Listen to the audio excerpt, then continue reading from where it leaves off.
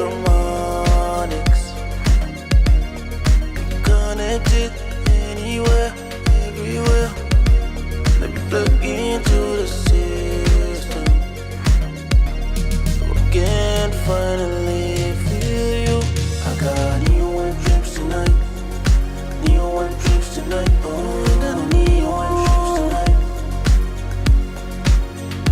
I got neon trips tonight, neon trips tonight. Oh, neon trips tonight.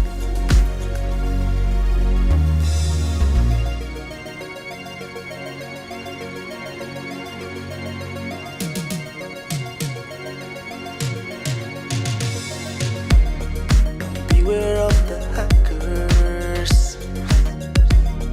They're coding fast tonight. You don't want a copy of me. Original class tonight.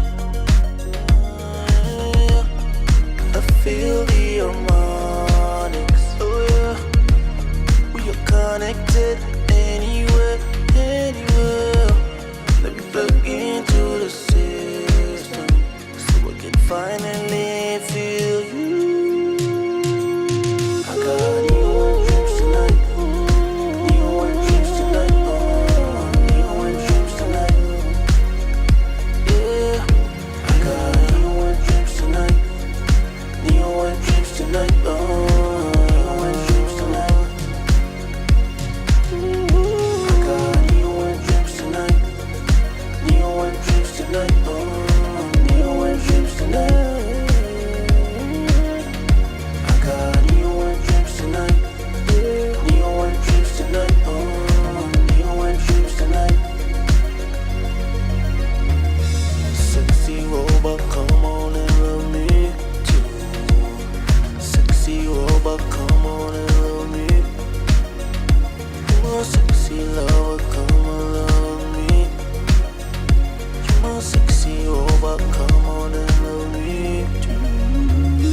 Sexy robot, come on and love me. Sexy robot, come on and love me too.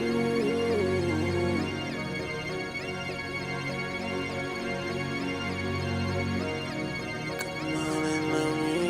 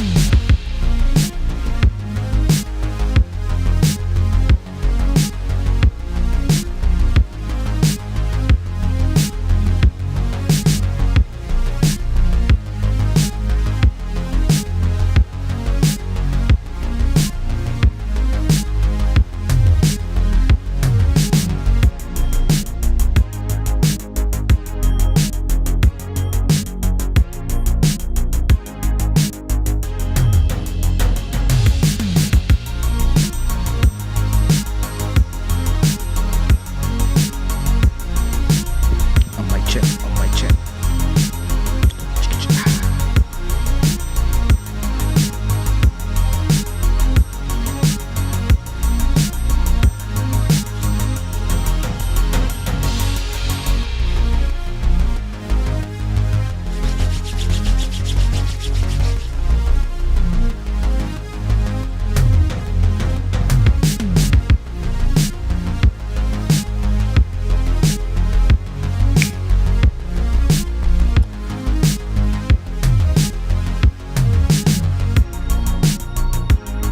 What it do, Shada gang?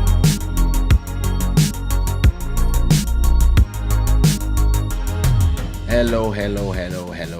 Welcome to Club Shada episode number 82. 82. Damn. I'm your host, Mr. Shada, aka Kaysha, vice versa. I hope everybody's in good spirit. I hope everybody is fine. I hope everybody is having a better time than some others. I hope all of you have family members who are fine, and that everybody is safe at home, or if you're outside, be careful, because the world right now is pure craziness. This show is brought to you by shadaware.com, where you can get look at this. Oof. This one is called Dark Future. It's part of a series that I've been doing, and you can get it on the website. And I'm starting late tonight. You know, when my body wants to do something, I tend to never disagree with it, because every time I disagree, I end up having problems. So literally, I would say at midnight and 10, I felt like I needed to take a shower. So I went to take a shower, clean up a little bit my lines of my bird, and then I was like ready. I came out of the shower. It was midnight and 30. So I was like, I'll do the show in 15 minutes. But then I was like, what am I going to talk about? I had no idea. I was just like, I want to be show when I just come. And then when I was taking a shower, I was listening to a podcast, and somebody said something very interesting. And I was like, yes. And I was like, yeah, the goldfish. I'm going to talk about goldfish.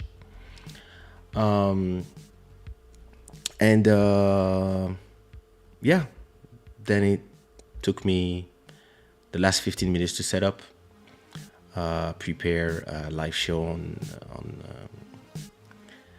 Spotify, on YouTube, choose the music I'm going to listen to tonight. So you are listening. The intro was Neon Wet Dreams by Davagani, which is another one of my names. And what you are listening in the back is Here I Am by Davagani as well. You can listen on Spotify and the platforms. Go follow. And it's a project that I do. It's synthwave. And in the last 15 minutes, once I choose the music I wanted to listen to, then I jumped into Photoshop to do some cover art quickly. And then I had to take my microphone, plug it, take my headphones, choose what I would drink tonight, and all this in 15 minutes. And then, yeah, here I am. What do you do, Clifton? Welcome home. Hey, Manuel, CV Beats, what do you do? Tatiana, hello. Bruno, how are you, bro? I'm telling you. Hello, Heather. I remember when Heather was new. I remember like when Heather was the first time that, she arrived, and then she started commenting here and there, like, oh, new person, And then now, yeah, every show, there she is, and she even goes to Buddy shows and Dalia's shows. So it's great. The family is expanding. The village is becoming a little town slowly. That's beautiful. Thank you, Tatiana. Thank you so much. Hey, Jujuzinha, what up? How are you? How's your internet connection, huh? Mr. Matt Music, welcome. Mr. Malcolm Beats, how does it feel to be home for a week? How is your sister? Is she awake? Is she breathing by herself? Give us some news. I know that you told me that things are getting better with her, and she'll be home soon. Can't wait for you. I can't only begin to imagine how you've been feeling, and trust me, you're gonna make great beats, because you're gonna transform all these emotions into some crazy urban keys and more. So go to kaysha.com/RMX, download the latest acapella and do a remix. Sister Ellis Boys, how are you, sister? Thank you so much for your latest purchase on shadaware.com. This is greatly appreciated. I hope that you will like your selection of t-shirts. Mr. Essimi, mon frérot, tu sais, tu as posté quelque chose sur Twitter, non, sur Instagram, sur un film. Je crois que c'était sur Do the Right Thing et pourquoi c'était une œuvre significante. Et je pense que ça, sur YouTube, sur ta chaîne, c'est exactement le genre de truc que tu pourrais faire en vidéo. La même chose, tout ce que tu as écrit, tu pourrais faire des vidéos soit de 5 minutes ou même étendre à une conversation d'1 quart d'heure sur un film particulier. Et ça m'a fait penser à ça quand j'ai regardé. En tout cas, tu as quelque chose ici. Parce que s'il y a bien quelqu'un qui connaît, c'est toi. J'ai hâte que tu sois mon invité. Hey, what up, PP? Baka, what it do? Hey, Nadia. How are you? I hope you're fine. You good? I hope you're good. I know you're good. So before Nadia tell you, listen, don't forget, quit the chat, put a like, come back to the chat. It's important. It is important. Thank you so much for already, 60 people already have passed by. That's beautiful. Like, it used to take so much time. Like, I remember when the show was starting and I didn't know who would show up, and now like you have like 100 and 150 people just arriving as soon as, you know, it means that a lot of you have notifications turned on. So I'm glad and I'm thankful. I hope so. They're great quality. I kind of think I'm doing some interesting job. I'm gonna soon do a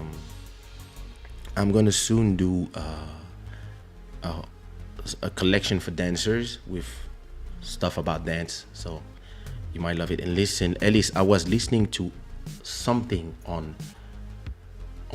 Mixcloud yesterday. It was crazy.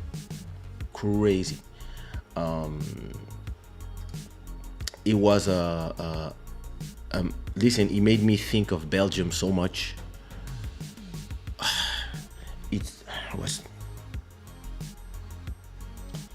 It was I have to find it, but I have to send it to you. It was a New Jack Swing 1 hour mix with all the songs that we used to dance in Brussels, like Troop, Key Sweat, Jodeci, no, not Jodeci, Guy, Teddy Riley, like all that era, like a whole mix by Evil D. I listened to it all afternoon. It was beautiful. Oh, Friday she comes home? Yo, that's amazing. Ce soir, on parle des poissons rouges. So everybody who speaks French, go and subscribe to Essimi's channel. Even if you speak English, he speaks about black cinema, and so he knows his thing in there. He knows his thing. It was a day totally unreal. I was with no connection since 8 p.m. 3 hours with the technician. I was just from my apartment floor. Oh my god, to find a cable. And you haven't slept in 2 days. Damn. That's crazy. You know, a technician came to my sister's house to handle a water leak in the ceiling, and he ended up burning the whole house and trying to run away, and police catch him, the technician. So now and it was in the house that she just bought. So imagine, they just finished doing it, and then everything was. So since the summer, now she's she's actually finishing the whole re-architecture because, of course, the insurance paid everything. It's just that, she had to stay at friends for a long time. What her neighbors, I don't remember. And yeah, now she's almost done with the complete re-architecture of the house. So it's a bit, actually, but it's dangerous because she was there with her family, and then she heard the guy saying, "Oh, I think I put the fire in the house," and then all of a sudden the guy is just acting like it's nothing. Those people. That's crazy.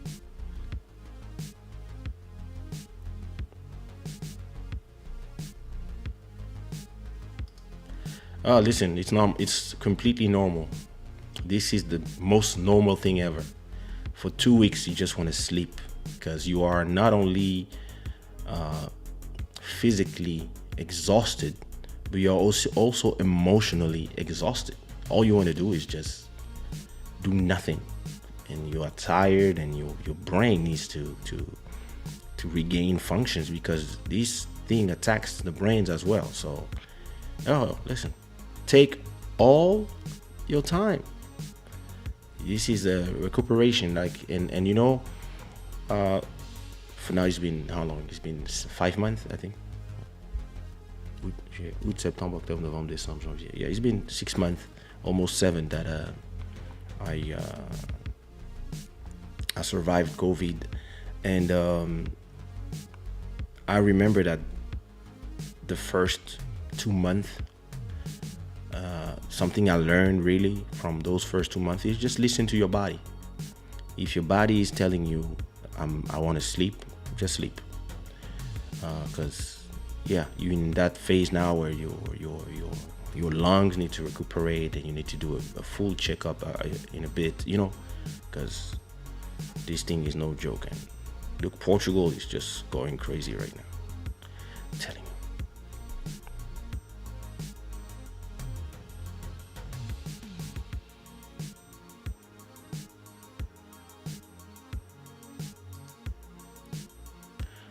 I just want to know what the owner says about his floor.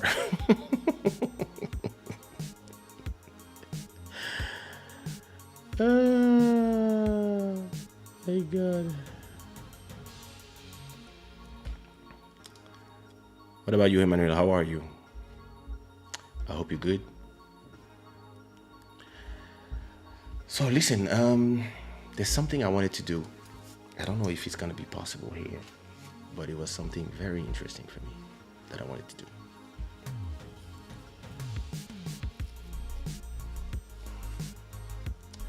Because I don't know if you can do it on the web or if you have to.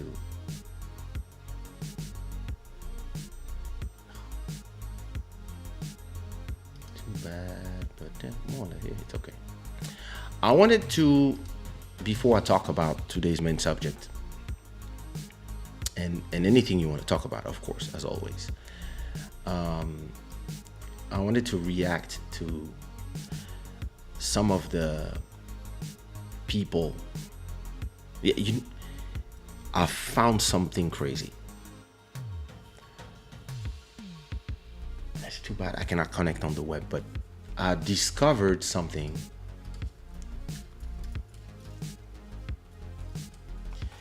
Let me see. I'm trying to see if it works. See if I can do this. I'm not looking for counts. I'm looking for songs. No, you cannot do this like this. You have to do it from the phone, and my phone is not plugged to the computer. I don't have. Yeah.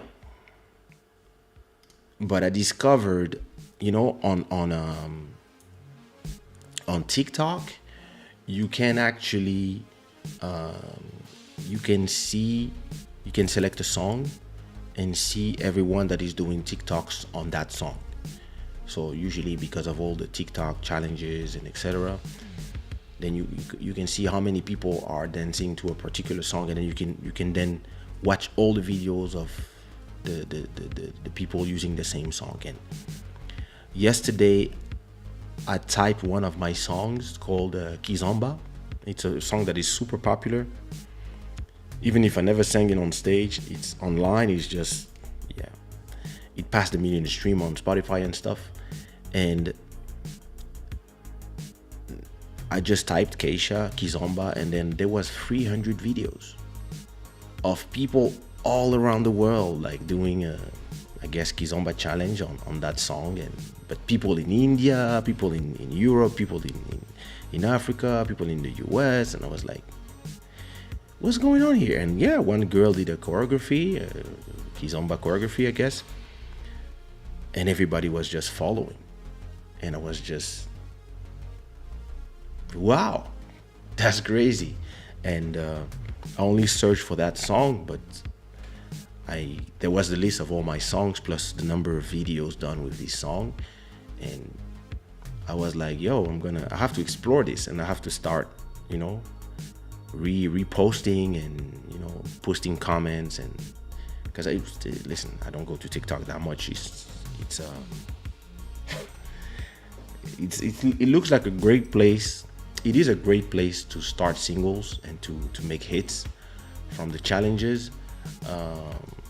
But it's I decided a long time ago that I cannot be posting content on too many platforms, because at a point it takes too much time, especially when you are a one-man operation. It's too much. So but crazy. Listen, the temperature is amazing, and I hope this helps, because listen, Portugal went from being the best country of the class in Europe in terms of cases to now the last country ever. Now we have more cases than everybody. It's crazy, and that's because of these main two variants and the cold that we had. So hopefully, what up, Mountain of Inspiration? Hopefully with this great weather, things are gonna be a little better. All right, cool. What it do, Mr. Luis? How are you, nephew? I'm a celebrity. Who, me? No, I'm not. Master Electronic, how are you, brother? What do you do, Michelle? Listen, it's already great to see people dancing on music, even 10, it's beautiful.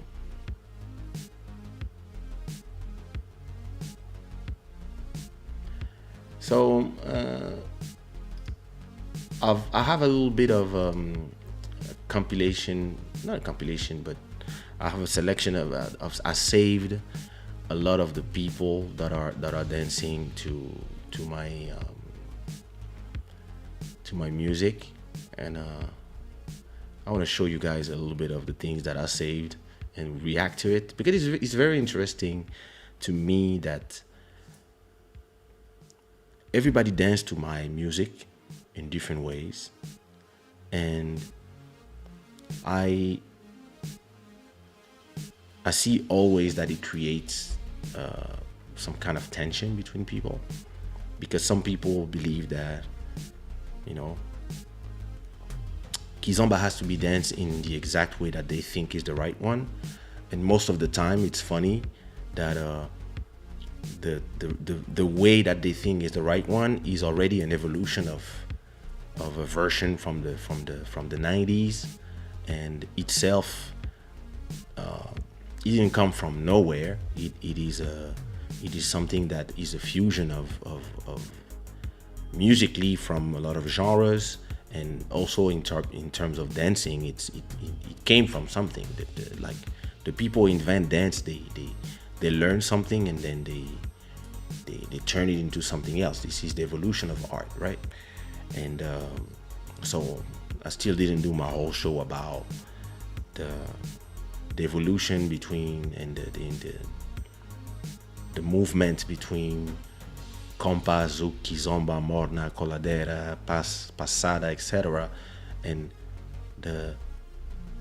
the mistake that people are doing between the the dance on one side and the music on one side, because both are sometimes are called the same thing, but sometimes the dance that go with the music, sometimes there's a lot of different steps. And in some dances like hip hop for example, most of the steps have names because somebody named them, like the running man, the crunch, the footstep, the this, the that. A lot of people, when they invent a dance, they name it. And sometimes you have some dance that are made to dance, like Vogue for example. It's you dance it with X amount, you see, and it comes with a setting, etc. And then some people subvert that and turn it into something else to dance on something else. And then if enough people follow you in your new version of a dance, you give it a name, and that's a new genre. And this is just the evolution of art. And but it's funny to me because every time somebody is dancing on one of my songs, then you have a group of people that appreciate the art, and then you always have all the enemies of the progress who come when nobody asks them nothing to say, yo, this is not the way you dance X. And it's funny because sometimes somebody will say, this is not the way you dance Kizomba on a song that me, when I produced it, I considered it Zouk R&B. And then you hear them having debates about Kizomba when me personally, who did the song, I don't even call it Kizomba. So that's funny to me. And then when people are dancing compa as well, you have sometimes people who come and say, no, this is Kizomba. And actually, no. Sometimes it's compa who was before everybody. And the steps, a lot of people, and the people who dance compa and zouk and kizomba and basada and tarashinha and samba, sometimes they will try step from one dance to another, because this is what artists do. They are free, and because we are free to try stuff, the public decide what they like or not. But the point is not to sound like everybody or to look like everybody. At a point when you become you have enough experience with the basic dance moves that you learned, then you can now personalize your art. This is what art is. And depending on where you are in the world, the basic dance move of something that you call the same thing can be so different, because it depends who taught you. And if you are in Russia, you never been to Angola, you never been to Portugal ever, but you learn to dance Kizomba in St. Petersburg or in Moscow, or if you're in Ukraine and you learn to dance Kizomba in Odessa, maybe what you call Kizomba is called Urban Keys in Paris. But for you, out there, far, 8,000 kilometers away, yeah, that's all you know. So, and because there's no book and there's nobody, there's a lot of people explaining stuff, but there's no, us as people, we kind of don't categorize genres, and we just say, oh, this is the way it should be done, and everything else is fucked up. Where no, you know, every genre is the creation of a subgenre. It's normal. The music of Malcolm Beats is not the same as the music from Kaysha. It's not the same as the music from Mark G. It's not the same as the music from Aldo Music. Even if we all are inspired by something at a point, or maybe we inspired each other, and then at a point you create your own style. And if you have, 10 people who want to really copy your style, then it becomes a genre, because there's a group that does this music. And then when it becomes big, let's say, you call it something, and people follow. And so that's really interesting in the evolution of art, how every time you talk to people who call themselves the purists, you can debunk whatever they say easily. When you just go look in the past, you realize that where they come from, usually there was something before that they came from. And most of the time, when they were doing their thing 20 or 30 years ago, the people before them were treating them the same way as they're treating people now. They were telling them, no, this is not the way you dance salsa, or this is not the way you do this. And you know, a lot of people, they discover dance or music or a way to make a beat on YouTube. And they become a teacher just because somebody tell them, hey, show me how to do it. And there you go. And it's crazy how you have so many people who are, instead of promoting whatever they want to call their own music, they waste a lot of time talking down on everybody else. It's interesting. What up, Mastermind? I hope you're fine. We all just need to unite. I mean, we don't have to.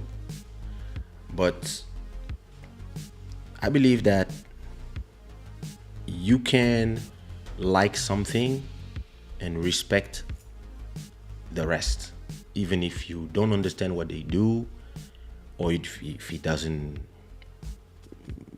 create anything to you. Like death metal from Norway or Sweden is noise to me, but I respect the fact that other people are loving it.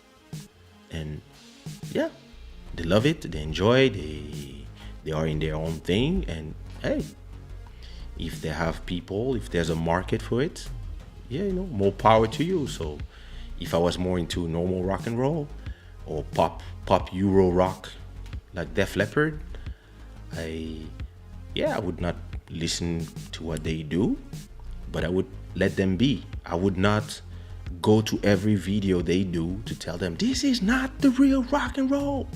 Like, who sent you? Like, you don't have nothing else to do? You see what I mean? And but yeah, if everybody understood that we have the right to all be different from each other and still support each other, yeah, the movement would be huge, like you say. You're trying to be the glue? Good luck, I tried that. The robotic dancing is not kizomba at all. Music shall be danced with souls, not by counting steps. But you see, Master Electronic, this is what I'm talking about. You are not a judge. You are not supposed to be judging what other people do. When I was in Ukraine, I was looking at them dancing. Yeah, I didn't understand nothing about their steps.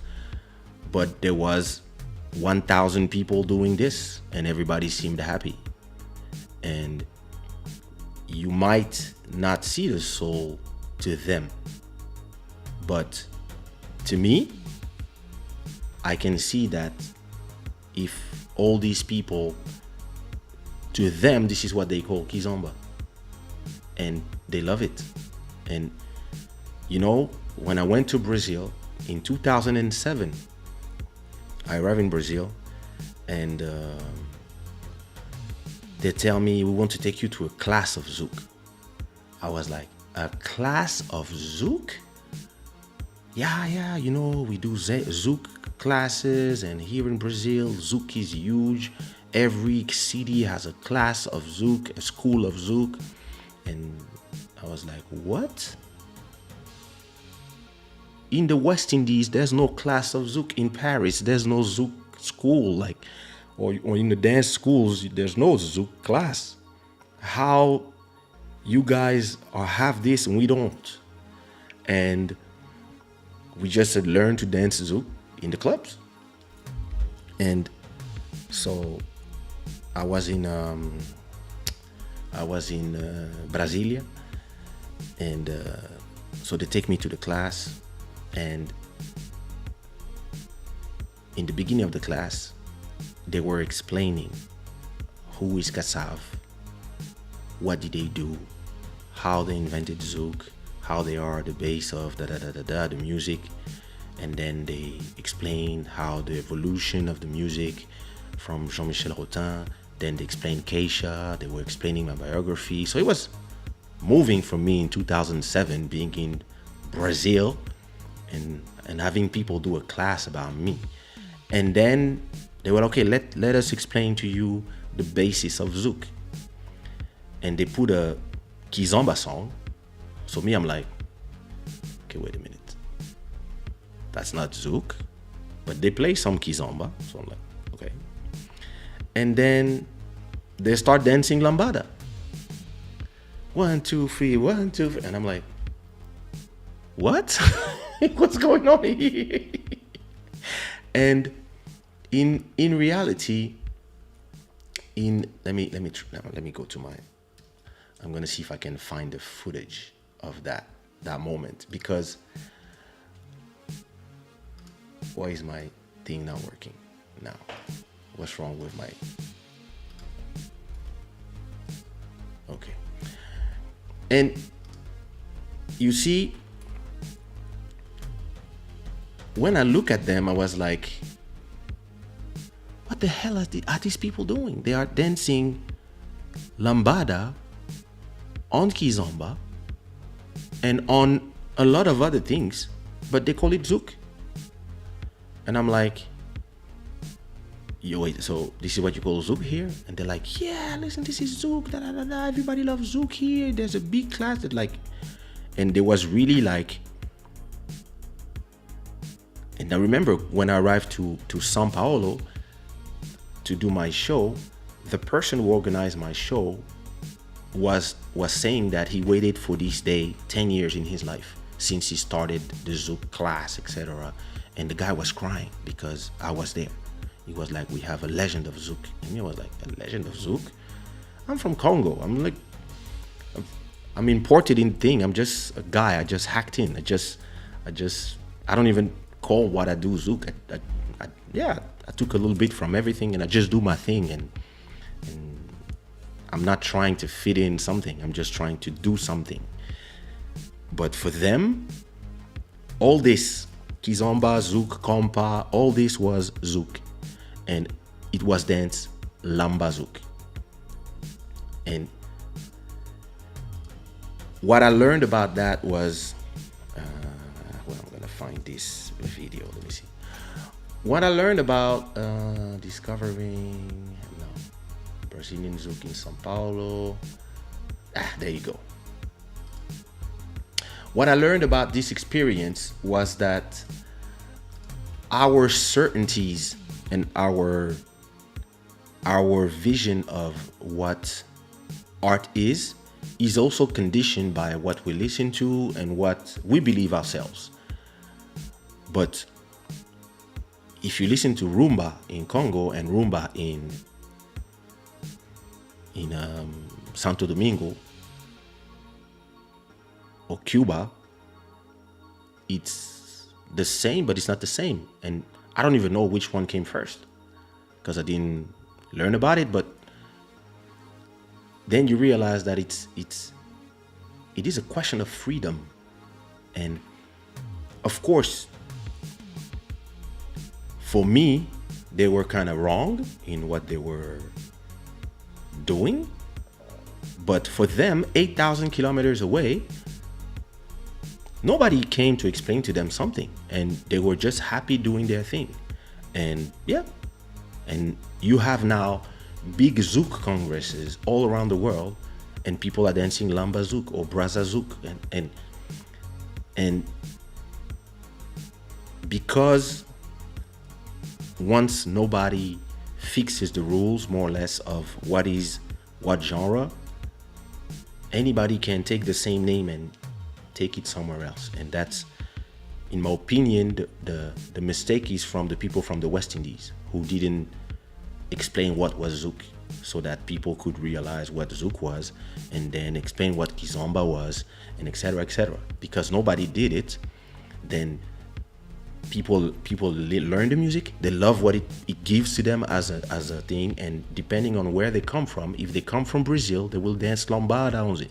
If they come from China, they will dance something else on it. If they come from Russia, they will dance urban keys.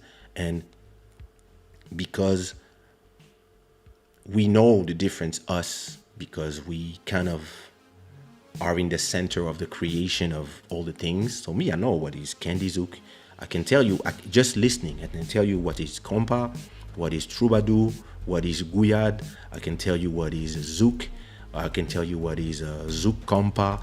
I can tell you what is zouk R&B. I can tell you what is Candy Zouk. I can tell you what is ghetto zouk. I can tell you what is cabo zouk. I can tell you what is kizomba. I can tell you what is urban kizomba. I can tell you what is tarashinha, ventuinha. I can tell you what is passada. I can tell you what is samba, musically and the dance. I can tell you what is reggaeton. I can tell you what is reggae. I can tell you what is cumbia. I can tell you what is mombaton. I can tell you what is one last one for the road. What is Latin urban? I can tell you because I'm a hands-on scientist that I work in this. And I try all of them, and I listen to the difference, even the sonic differences. Sometimes it's not even a question of it's the same rhythm, same thing, but the sound that you will use will turn them into a different genre. The way you play the guitar, all these things. I know it because this is my field. I'm a beat producer. But all these people around the world who have no idea of what is what, because with the internet, things arrive, and whoever you're gonna listen to, you're gonna go to a party, you're gonna dance it, and then you're gonna go back to Brazil, and you might not remember all the information because you don't have them, and because there's no book, there's no documentary, there's no all these things that I want to do for this reason don't exist. And now those people, they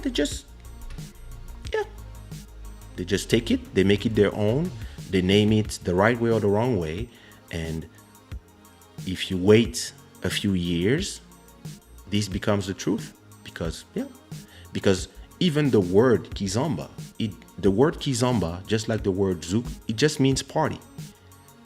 It just means afternoon party. That's what kizomba, because kizombada means in Kimbundu, in Angola, and in the West Indies, in Guadeloupe, Martinique, it means party. So, but then we decided that kizomba was, when you go to a kizomba festivals, you see a lot of people dancing Cape Verdean passada. And they say, this is the real kizomba. And you're like, no. No, you are dancing Cape Verdean passada.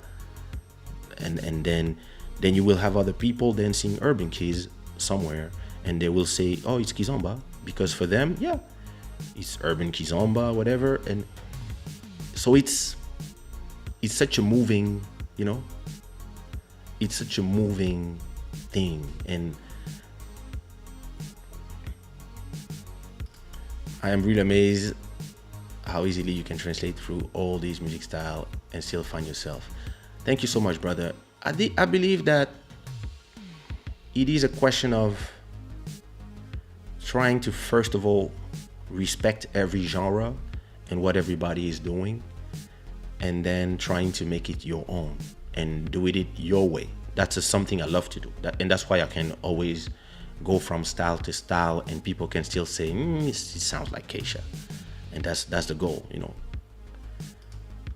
What do you do, Ralphie? Thank you. Lambakis. Oh, Lambakis. I know Neozouk as well in Brazil. They were teaching lies. That's the problem. They thought then they had right. Now listen, Master Electronic, some of them, it's true. But a lot of them, from what I've been telling you, it's not even that they are teaching lies. Some of them, they're just teaching what they know. And some people they don't know what you believe is the truth. That could just be your point of view.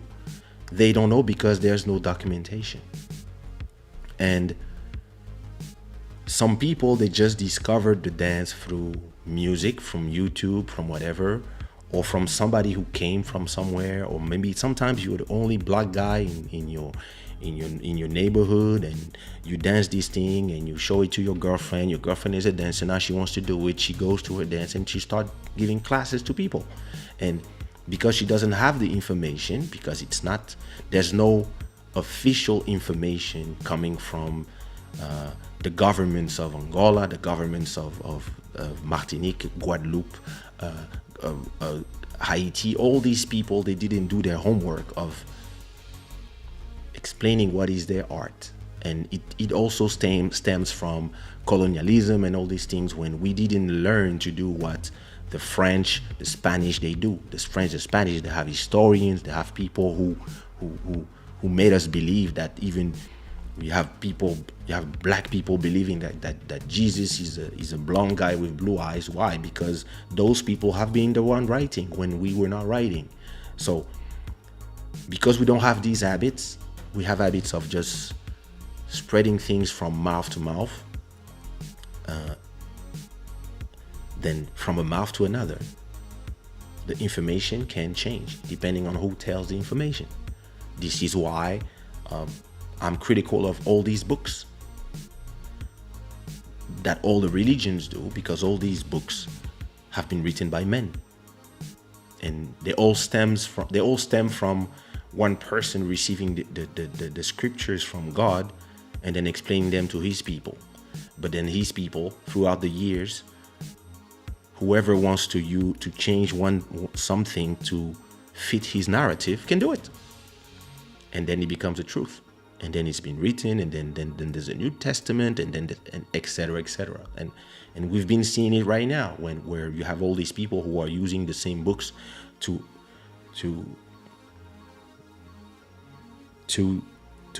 for their narrative, for whatever they want to try to do. They say, you see, the book says it. And it's kind of the same thing in dance, is that a lot of people, it's not a question of they are teaching lies. They are just enjoying what they are doing. And yeah, a lot of people came from hip hop, they turn into kizomba, and then they start dancing, and they start incorporating hip hop in it. And then maybe one of them, he did his first festival, and then he named it from Paris Urban Keys. And then it started becoming bigger and bigger. And the kizomba community, instead of telling him, new genre, come in, they say, no, back away, back up. And maybe at that moment, I don't know the history, but, and I'm gonna interview a lot of people, but maybe at that moment, that person was like, okay, I'm gonna do my thing on my way. And maybe that person was the first one to go to Ukraine, or maybe somebody from Ukraine was the first one to see video, because the people that are more into modern ways of dancing kizomba, they also are younger, and they are more YouTube savvy. They are used to put their videos on YouTube. So the older versions of kizomba and zouk, you don't have videos. So somebody who's in Ukraine, who's craving the idea that I want to dance this, I want to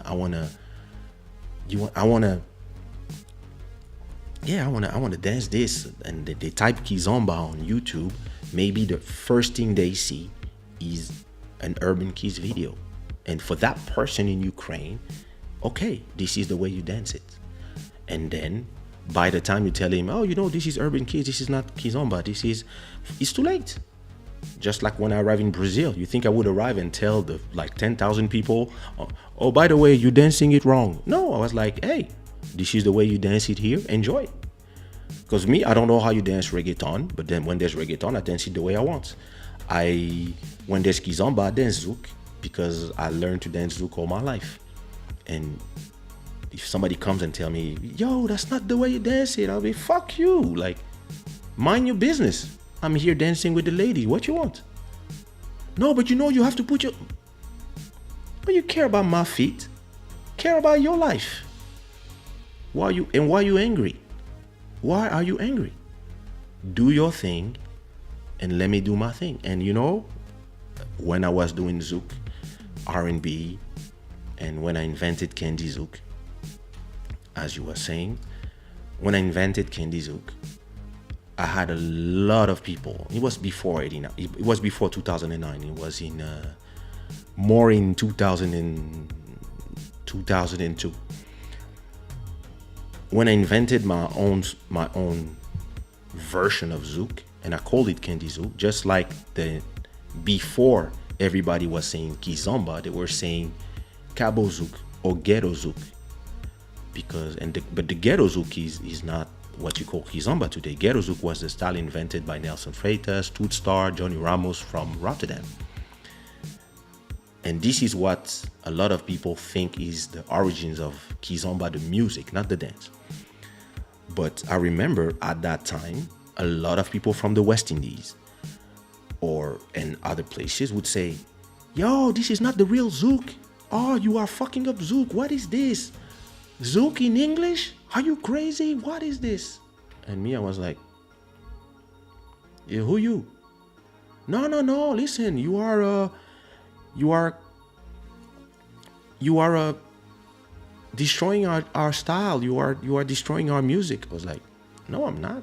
Like, I'm actually, I spent some time there. I enjoyed something. I came from hip hop. I use my hip hop samples to do something that looks like it, but I never call it this way. That's why I named it Candy Zouk, because I was like, okay, this is not Zouk, but it is inspired by Zouk and R&B and hip hop. I'm gonna call it Candy Zouk. And some Zouk people, not everybody, a lot of people were enjoying. They were like, even the guys from Kassav told me, hey, we love what you are doing with what we created. So as soon as the guys from Kassav told me, hey, you are our son, and we love how you are taking our music and you are taking it somewhere else, and they said it live on TV, me, I was like, okay, the inventor told me that they love what I do, so fuck everybody. So, but people would come to me, yo, you are denaturating Zouk, and me, I was like, fuck you. No, but you should not sing Zouk in English. Zouk is in Creole, not even in French. Like, fuck you. Because I was doing my thing, and I was not trying to disrespect nobody. I was not trying to force nobody to listen to my music rather than something else. And I was always, when I had conversations with people that were my elders and that I had a lot of respect for, they were doing Zouk, and they were telling me, hey, it's interesting what you're doing, but what do you think we should do? Do you think we should do like you? And I was like, hey, listen, if you want to do like me, I can do a beat for you. And if you want to, but I think you should also push your music, and you should look at the way I promote mine and use that to promote yours. You should put your music on YouTube. You should do this, you should do that. And because that's how you push your music. And what happened was that a whole generation of kids in 1998 that were from a generation growing up listening to hip hop and R&B, but at the same time having their parents listen to Zouk, like me, in my music, they found themselves. They found the sound of that generation. And that's how it exploded, and it became number one. But I had a lot of people who were saying the same thing that you are saying. This is not Zouk, this is electronic, oh my God, auto-tune, what the fuck is this, blah, blah, blah. I had the same thing. And me, I was like, hey, listen, I respect what you're doing. I'm not trying to, but I'm doing my thing. And then they were like, yeah, but why are you saying it's Zouk? I'm not saying nothing, I'm just making music. And maybe if people stopped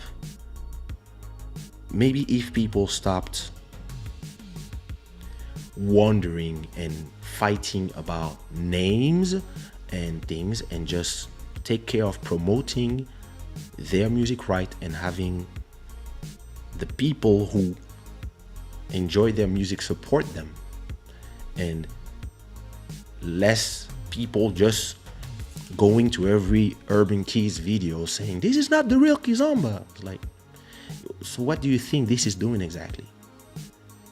Instead of going to the real Kizomba, as you say, which is not even real Kizomba, it's not the way you were dancing it 20 years ago.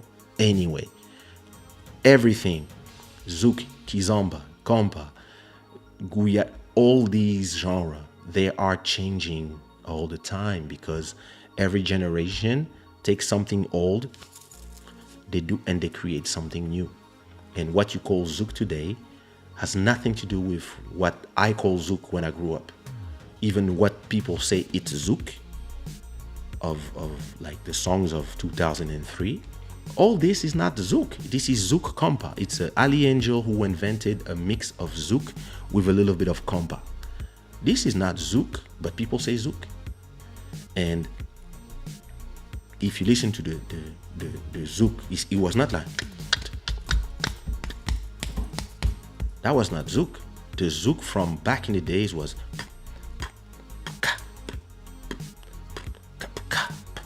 that was the Zouk. And the guitars was not like, no, the guitar was like, because they were trying to copy Kompa back then. And they were having the influence from Begin, from Mazurka, from etc. So it's not simple.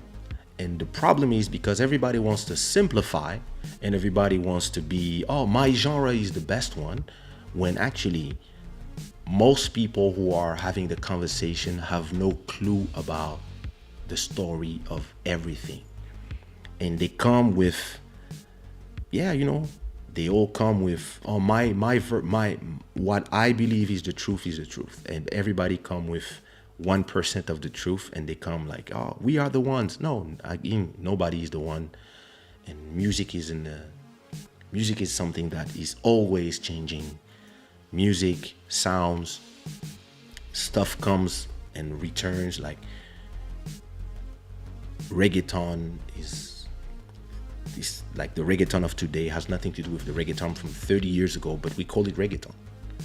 And some things sounds the same, and some others are, they even have a genre that they call trapaton because some of it sounds a lot like trap.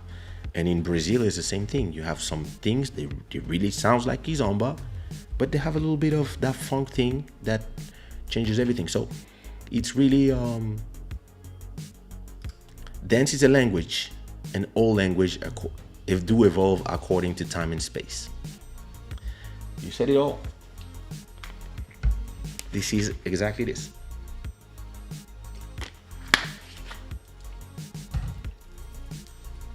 As long as something is alive, it does changes and transform. Rumba in Congo is really Cuban song. It started playing in the radios from Belgium around the 40s and 50s. The Congolese immediately identified with the rhythm and started imitating Spanish, later replacing it with Lingala, of course. Yep, French and Lingala. And Dombolo and Sukus came from this. Yeah, that's true. I started because I really want to have also a conversation about this. So I started. I don't know stuff as much when it comes to Congolese music as I know Kizomba and Zouk, because I'm obviously. But yeah, this is something I read. It was back in the colonial time. The Belgium radio would play a lot of Cuban music, and then that's how they, that's how it transformed. This is why you need to write a book. Listen, I'm gonna do a documentary, but yeah, I could do. Yeah, there's a interesting space there in terms of knowledge that everybody's. It's. I was having this conversation with somebody. Everybody is busy trying to be famous, or trying to make music, or trying to be the best singer, the best beat maker. But there's a lot of people who should learn also how to become the best at writing the history, or knowing what are the different genres, or being the best managers, or learning to be a good promoter, you know, like Olga. Here is somebody that came from Ukraine, went to Spain, and created the first two big kizomba festivals in Spain. And how did she discover kizomba? Yeah, she went to Lisbon. She danced something like, you can find our, you can see our conversation from Club Shada back. I don't remember what episode it was, but she just discovered it when there was no names, there was no kizomba. It was just African parties in Lisbon, and they were driving from Madrid till Portugal, till Lisbon to dance it because they felt a connection. Ukrainian girl, and then from moving at a point, they were like, let's do a party at home. And that's how the first Kizomba festival, or one of the first, or maybe the first ever Kizomba festival existed. And it was not done by somebody from Congo. It was not done from somebody from Haiti. It was not done from somebody from Martinique, from Guadeloupe. It was not done from somebody from Angola, not even from somebody from Lisbon, but it was done by a fucking girl from Ukraine who was in Madrid. And that's the beauty of it. To me, to some people, it would be like, yeah, that's when they stole our music. To me, it's beautiful, because what is important is that somebody does it. And when this happened, it created the huge market that exists now. And of course, they created it as a passion thing. They were not trying to do business. And yet they did a lot of mistake on the way, because nobody was trying to, and nobody knew it would become huge. So nobody was like, okay, this is Zouk, this is Compa, this is this, this is that. All they knew is, oh, we love this dance and we want to dance it at home. And that's how they started. Today, you realize where we are with so many genres that everybody say it's kizomba. But actually, if some people start caring and not trying to force their opinion on others, but start just caring on organizing, and not just one person, not like Kaysha arrives and say, no, this is this, like I'm nobody to do it. My voice is important, but there's a lot of other voices that are important. But if everybody that is important as a voice, stop saying that, oh, I'm important because I'm Angolan. No. Or I'm important because I come from Guadeloupe. No, we are all important because we are an ecosystem. The singers are nothing without the DJs. The DJs are nothing without the dancers. The dancers are nothing without the DJ. The dancers are nothing without the promoters who organize the parties or the events or the festivals. And the festivals are nothing without the clients, who are the dancers. The clubs are nothing without the DJs.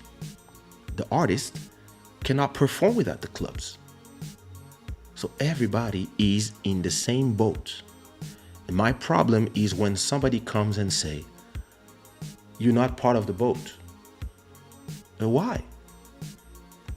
Why do, when I was in Brazil, I was performing, so it was crazy. They told me, oh, we have dancers for your show. So me, I was like, okay. You know, me, when I used to do shows, so I would sing Zouk, R&B, Kizomba, whatever you want to call it. But my dancers would dance hip hop. Like all my shows, my dancers were dancing hip hop. We're doing hip hop choreography because we came from hip hop, and we're doing hip hop choreography on Zouk. And we were happy, our public were happy. And whoever was not happy, we were like, well, don't listen to it, don't watch it, fuck you. And it's, the thing is this, you come to this point where if everybody understand that they are all from the same ecosystem, then it's not, does Kaysha's voice matter more than Olga's voice? Or does the Angolan voice matter more than the West Indian voice or the Haitian voice. I believe that if every voice come together and everybody says, okay, this is my contribution, then we can talk about the pyramid, because it's all the bricks of all this that form this. It's not just one person, and it's not like those. Some people, they come with some nationalism, and some people come with, interest, business interest. Some people are like, oh, I hate urban keys because all my clients now they want to listen to urban keys, and I don't do it. I do a Kizomba festival, and all these kids now they want to dance this shit. Well, listen, if you are a creator of a festival and you are a businessman or businesswoman, well, if this is what the kids want to dance, give it to them, because this is called evolution, and you have to follow evolution if you are doing business. Now, if your goal is to protect or your version of the music, I understand it. So do it. But understand that in terms of market share, you're going to start losing, because there's a new kid in town that is new and shiny, and maybe in 10 years, this kid will be called old, and there's going to be a new dance that everybody will dance. And it's the same thing with salsa, bachata, all these things, because back in the days, Kizomba was a small room in all the salsa festivals. And then, some curious people were like, this is interesting. And now you have a small salsa room in the Kizomba festival. But then you also have some huge salsa festivals. I went to a salsa festival in Miami, and it was huge. It was like 3,000 people, and I was like, whoa. And then you had people from Cuba, they were dancing one way, and then you have people from Ecuador, they were dancing another way, and then you had some people that were throwing women in the hair, and some people it was more acrobatic, some it was more this, some it was more traditional. And I was like, hey, wait, nobody's dancing the same way. And people were like, yeah, no, this is Cuban salsa, this is this is that, this is that. I was like, oh, wow. But everybody was at the same place, and everybody had their preferences, of course. But salsa was the umbrella, and people knew that inside of salsa you had everything, and everybody was united, even if everybody had their preferences, but everybody was enjoying the show of the different genres. And when you go to a Kizomba festival, it's kind of the same way, because when you go to a Kizomba festival, you're gonna dance Kizomba, Zouk, you're gonna listen to Kizomba, Zouk, Compa, you're gonna dance to Ghetto Zouk, Candy Zouk, you're gonna dance you can dance Passada, you can dance Kizomba, you can dance Samba, you can also dance Afro House. You have all these under the same umbrella. It's just that the things are not defined in stones, and maybe when people start writing, people start, doing documentaries, and then maybe the people will start understanding. The public will also have when they look for information, there will be information. Because if you type, you're gonna find everybody telling you the same thing and showing you different things. And I believe that, but that's me. I believe that the voice of everybody must be heard. One day a friend called me and he told me, yeah, okay, we have to do something. I was like, something about what? Yeah, we have to do something about all these Kizomba festivals. I was like, yeah, what you want to do? No, it's not normal. All these Kizomba festivals, it's not good. I was like, well, it's good to me because my music is being heard all around the world thanks to the festivals. He was like, no. All these festivals are done by white people. It's not normal. And me, I was like, yeah, but where were you when they were building the first festival? Where were you? Why you don't do your own festival? No. We have to go to all the festivals and tell them that now we have rules. Now you have to do this. Now you have to go ask for these. And he was an Angolan guy. And he was telling me, no, everybody has to, the thing has to be, Angolans have to say yes or no to what is. And I mean, I was like, but who are you guys? What about Mozambique? And they don't have the word to say? And what about Zouk that you come from? And what about Compa that Zouk come from? Like, they don't have a word to say about the festivals. And No, we have to come now. We have to take control, and we have to have a board of director. We have to see. And they show me a whole book about all the festival they were in the world, and they want to control everything. And I was like, but who are you guys? Oh, we are Angolans, Capverdians. And I was like, who are you guys? What did you do? What is your... why would all these dancers listen to you? Because we are Angolans and Capverdians? I was like, you guys are stupid. Nobody cares where you come from. Like, to have respect is not about where you come from. It's people will respect you if for them you are a legend. People respect me because of the work I've done. In the Kizomba world, in the Zouk world, and even in the Compa world, people respect me and know my name because of the 25 years of work that I put. And people know I'm not from the West Indies. I'm not from Angola. I'm not from Cape Verde. I'm not from Santo Tomé. I'm not from Mozambique. I'm from Congo. But still, I made enough number ones for enough people, and I created enough in the space that people respect my voice. And when I say something, people stop and listen. Why? Because it's Kaysha. And they know who Kaysha is, what Kaysha represents. A lot of these people, the first time they dance those music, it was on my songs. That's why my voice is important. But your voice is not important because you come from Angola or from Cape Verde or from Santo Tomé or from whatever. Your voice is important because you mean something to the people.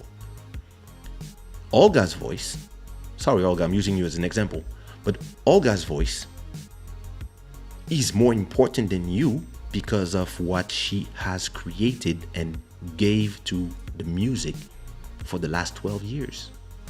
And not only Olga and everybody else who created those festivals. Their voice is important, whether you come from Ukraine, the Gold Music Festival, or from Budapest, Kizmi Festival. If you come from France, if a swimming splash festival, I forgot the name, or if you're in China, your voice is important when you do something and you prove your success. And all these people, all this time, all they do is complain. Oh, look, they are taking our stuff. Do something. Oh, look, Mais Kizomba. Why is a white guy having the biggest Kizomba channel? Because he did a channel. Did you do a channel? No. So shut up. Or do one now. Oh, it's too late. His channel is too big. No, it's never too late. Do something, propose something, and let's see what happens. Propose something meaningful so that the people will follow you. And I think a lot of people have no idea what leadership is. This is the problem. A lot of these people are not leaders. They just want to come when the food is done and they want to eat. I don't agree with that. It's the same way for me when an artist sends me a message on Instagram or Facebook and tells me, okay, I want to work with you, whatever, or I want to do a track with you, and I don't know them from nowhere. And I say, yeah, I mean, I don't know your music, or hey, when you have a little bit of, or if I have time, or when you have a little, build your name, or learn to sing a little bit better, and maybe we can do something in the future. And they tell me, yeah, but I'm Congolese. I'm from Kinshasa. And I'm like, yes, and? But I'm from Kin like you. I'm like, yeah. But I'm interested in the talent. I'm interested in the meaningfulness of doing a track with you. And it's not a question I want to only work with famous people, because I work with a lot of people who are not famous. But I don't work with people because they are Congolese, because it has never been my thing. I work with people because, yeah, I'm touched by what they do, or I love what they do. And you can be Congolese or Nepalese or Lebanese or Laponese. If I love what you do, I will work with you. But if I don't know you from nowhere and I'm not touched or I'm not interested in what you do for now, and I'm like, yeah, work more on your stuff and we'll see. I'm Congolese. I don't care, nigga. Like, you can be from where you want. Like, And it's a long conversation, but I was just trying to show you music, and then you see what you do, mass electronic. You just trying to steal people's from you. Cubans got the influence from Congolese and Nigerians. Yoruba has the biggest influence there. Slave trades. Kaysha, you should see these new YouTubers reviewing and reacting Kizomba. 1 out of 1,099 know what they're talking about. But that's the thing, because they are doing, in a point they will become the, you see what I mean? That's what I was just saying. Because people are using the platform and doing something, they become the holder of the truth because they are doing something. We always come in the end to complain. That's my problem. Trying to categorize an artist that already has a platform, for me, I think it's disrespectful. I agree with you. I mean, disrespectful, I don't know, but it's wrong. I believe that nothing is static, as we say in Portuguese. Quem conta conto, acrescenta ponto. Yep, exactly. Yep. You arrive, you add your brick to the thing. Me personally, I believe that everything I did was just adding my brick to the to everything.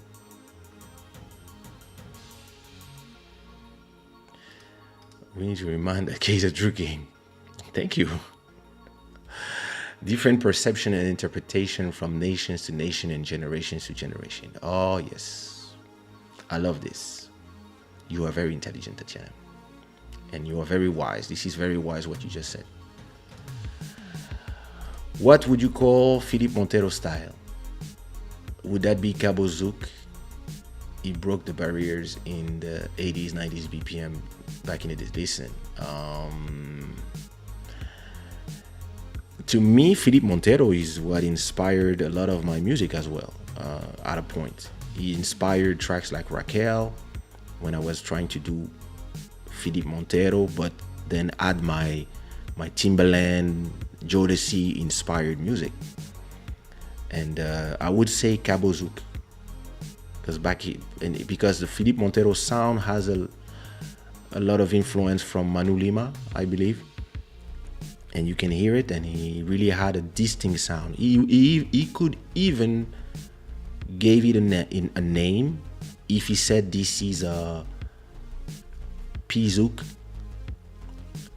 then everybody who would have copied his style would have said, oh no, this is P-Zouk. And it's what is interesting about the evolutions of genres is that somebody creates something and then maybe nobody follows, but maybe you create something, you do a hit, and all of a sudden everybody who's trying to do a hit is starting to align with what you do, and that's how you create a genre. So that's our, and it's those problems only exist for us because in the house music they have 1 million subgenres. Listen, they have house. From a house, they have Chicago, Detroit, this, that, soulful, bim bam, Afro house, da da da da. Then they have ding ding ding ding. Then you go from to EDM, and then you have a bunch of other genres from tropical to this to that to. And then you have the dub steps, and then the dub, and then this takes from a little bit of a reggae plus a little bit of this, and then you have trap. Like there's you can, and even in Kizomba actually, Kizomba, Zouk, and Kompa, you can actually classify, and you might have more than 50 different genres, because what Malcolm Beat does, and what Kaysha does, and what Aldo Music does, or what Jean-Michel Rotin does, or what Ali Angel does, what Nicole does, what Thierry Doumerc does. All these are different types of things that revolves around the same BPMs and stuff, but they are different enough that we can say, okay, this is this is that, this is this is. At a point, that's what I was trying to do. Me, I remember I had Zouk, I had Kizomba, then I had Future Kizomba, Candy Zouk, I had R&B Zouk, I had electro zouk, I had electro kizomba, I had like every time I was inventing some new forms of beat, I gave it a name. But then, I was looking at the market around 2008, and I was like, everybody was saying kizomba this, kizomba that. Even when zouk, people were saying, yeah, traditional kizomba. So I was like, the artist in me was like, no, no, no, you have to. And then the businessman in me was like, okay, everything is kizomba, let's go. It's simple. It's simpler. It's just like salsa. Salsa is not salsa. In salsa, you have so many different. But then one guy came and say, hey, how you say sauce in Spanish? Salsa. Yeah, that's the name we're gonna give to all these things. And because that's the commercial denomination that if you tell somebody we're gonna go to a bachata festival or a bachata thing, a lot of people know, but some people might not be aware what is bachata. If you say we're gonna listen to some song or rumba song, something, some people might be, what the hell is talking? But when you say salsa, it's a universal name. And then inside of salsa, then you have all the little things. And kizomba is the same thing. It's just the best commercial name that everybody know, and that's the one who won more or less the minds. But it could have been zouk. If the people from the West Indies woke up earlier, it could have been zouk. It could also have been compa. Compa, zouk, kizomba are commercial words. They work well. Urban kiz is also a commercial word. The name, it works. The name, urban kiz. You're like, oh, sounds sexy. What is this? Or you have, for example, a new genre that I don't know if it came from France or it came from Russia, but I discovered it in Ukraine when I was with Olga in Ukraine. It's called douceur. And I was asking Olga, what is douceur? And she went, it's this. And then, yeah, douceur was kind of slow. It's slow, very slow kizomba with, yeah, a lot of piano, a lot of Irish sound, and it's slower and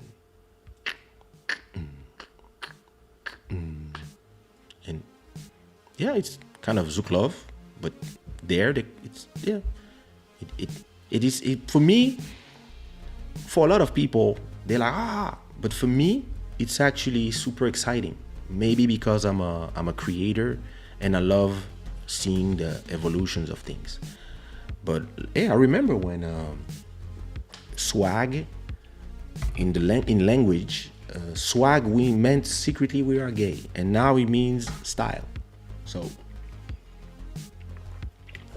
and some words were, I remember when calling somebody a bitch was the worst insult that you could do to a woman, and now all these people are calling themselves like this. And yeah, this is my best friend. They say, my bitch. It's called evolution, and the enemies of progress will always be scared of evolution. But all you can do is embrace, and if you want to be part of it, yeah, add your 2 cents. Like just having this conversation and leaving it online on YouTube might open the eyes of a lot of people when they watch it one day, or when I'm gonna put this segment on Instagram. Getting a blessing from Kaysha is listen. When they said on live TV, they said, "Oh yeah, no, we love the kid. We love what he does." Like, and first of all, they gave me not only the blessing, but they signed the documents for me to be able to use their songs. And every time I called them to sing somewhere, and listen, all these people were talking bad. They were like, this guy, blah, blah, blah, da, da, da. This is not real zouk. In 2001, when Kaysha did their huge show in Paris, in Zenith, for 10,000 people, they asked me to open. And yeah, it was over. It's people then can talk about you when you're like, the inventor of the style said that they love what I do. So whatever your opinion is, I don't care. Like, I have the blessing from Kassav, and people will come. But yeah, no, yeah. Look, this is Kassav talking about me. It's and it's the same thing I have with Michael Jackson. Not a lot of people know my story with Michael Jackson because I don't like to talk about it. But I have a special story about music that I did, and he said stuff that I don't want to talk about it. But he said stuff about my music that after he said that, I stopped caring about the opinions of the whole world. And yeah, those who know the story know the story. But I don't like to talk about it because he's not here with us anymore, and people would not believe me if I told them the story. But hey, I saw him like this, like. But yeah, I have no proof, so I don't need to tell stories or whatever. But I almost worked with him, and once you understand that the king of all music, the biggest artist of all times, says, "Who's this guy? I love what he does." Oh, Kaysha this. Mm-hmm. Oh, Kaysha that. Mm-hmm. Oh, Kaysha. Mm-hmm. Oh, Kaysha that. Mm-hmm. Yeah. What else? I don't care about. I stopped caring about so many people's opinions about what I do, about is it real thing, is it whatever, do I sing for real, auto tune, whatever. In the heroes of my childhood, they said, "Go ahead, kid, you interesting what you do." When people are like, when people start hating, I'm like, did you meet Nelson Mandela? Did you shake his hand? No. Did you shake Michael Jackson's hand? Oh no. Did you shake Jacob's from Kassav's hand and all the group? Like, did you open for Kassav? Did you speak to? Do you have a song with the guys from Wu-Tang? Did you do some of the biggest songs from Eligio, Nelson Freitas, all this? Did you do it? Oh, you didn't? Oh, your opinion. Oh, I'm not hearing. I don't hear. I'm sorry. Yep.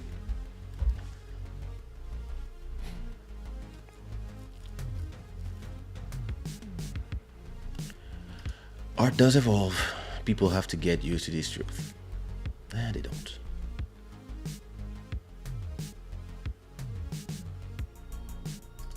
Before reinventing something, you need to accumulate yourself with enough knowledge about the things you want to reinvent. That is the biggest issue with today wannabe dance inventors. I do agree with you to a certain extent. But at the same time, like I said, some people become dance inventors or instructors without knowing, not because they don't want to know. Sometimes it's just because there's no information out there. There's no repository of information. If you want to talk about classical music or classical dancing, you can find so many books. If you want to talk about hip hop even, you can find documentaries about how it started, this, that, the different names of the different groups, the who invented what, etc. When it comes to Kizomba, it's a nebula. You don't have a real, you're gonna go to these people, they will start telling you names. Oh, yo, this Eduardo Paim, this guy, that. But nobody can tell you, okay, how the dance moves. I understand the music, these things, but the dance move, who and what it came from. Why is it 1 2 3 and not 1 2 1 2? Who can tell me this? Who is it? Is it because of salsa? Was it somebody who? Okay, like, how? Me, I know that at a point, yeah. Compa was big in the 70s, the 60s in Angola. This is something that I know. Tabu Combo went there. Tabu Combo is like Kassav in Compa. At a point, they were going there. Kassav was going there in Africa at a point. So, but the information is I'm not saying it's nowhere to be found, but nobody went and asked. Nobody went and did this job of journalism and being like, okay, let me ask Kassav. Let me ask like, okay, the dance, where it comes from. Let me ask a few people and then see the information, look at the dates, and do a real research work. Like, nobody is doing this. Everybody is just complaining and saying this is not the right way, this is the wrong way. Those are the one who have the right, the others are not. I decide that, and this is where I disagree with you. I believe that it's, if you are in Odessa in Ukraine and you see something on YouTube that you love it so much that you start, and that's the only information you find, and you are 15 years old right now, I don't think the first thing in your mind is, oh, let me inform myself and all these things. The first thing that comes to your mind is passion. Is, I want to dance it because it makes me happy. I want to dance it because it makes me feel good. It makes me forget my day to day. So I'm going to go dance, and I'm going to go dance and dance and dance. And maybe some friend will be like, oh, this is nice. How do you dance that? Oh, just like this. Oh, wow. You should start a school. A dance school? You're crazy? And then you dance. And then at a point, enough people tell you, hey, I would pay for you to teach me. And then you become an instructor. And when they ask you how you learn, you're like, oh, I watch a bunch of videos on YouTube. Because we are in 2020, that's how people learn. I don't read books, but hey, sometimes I need information about stuff. I learn the way you say, but I'm 47.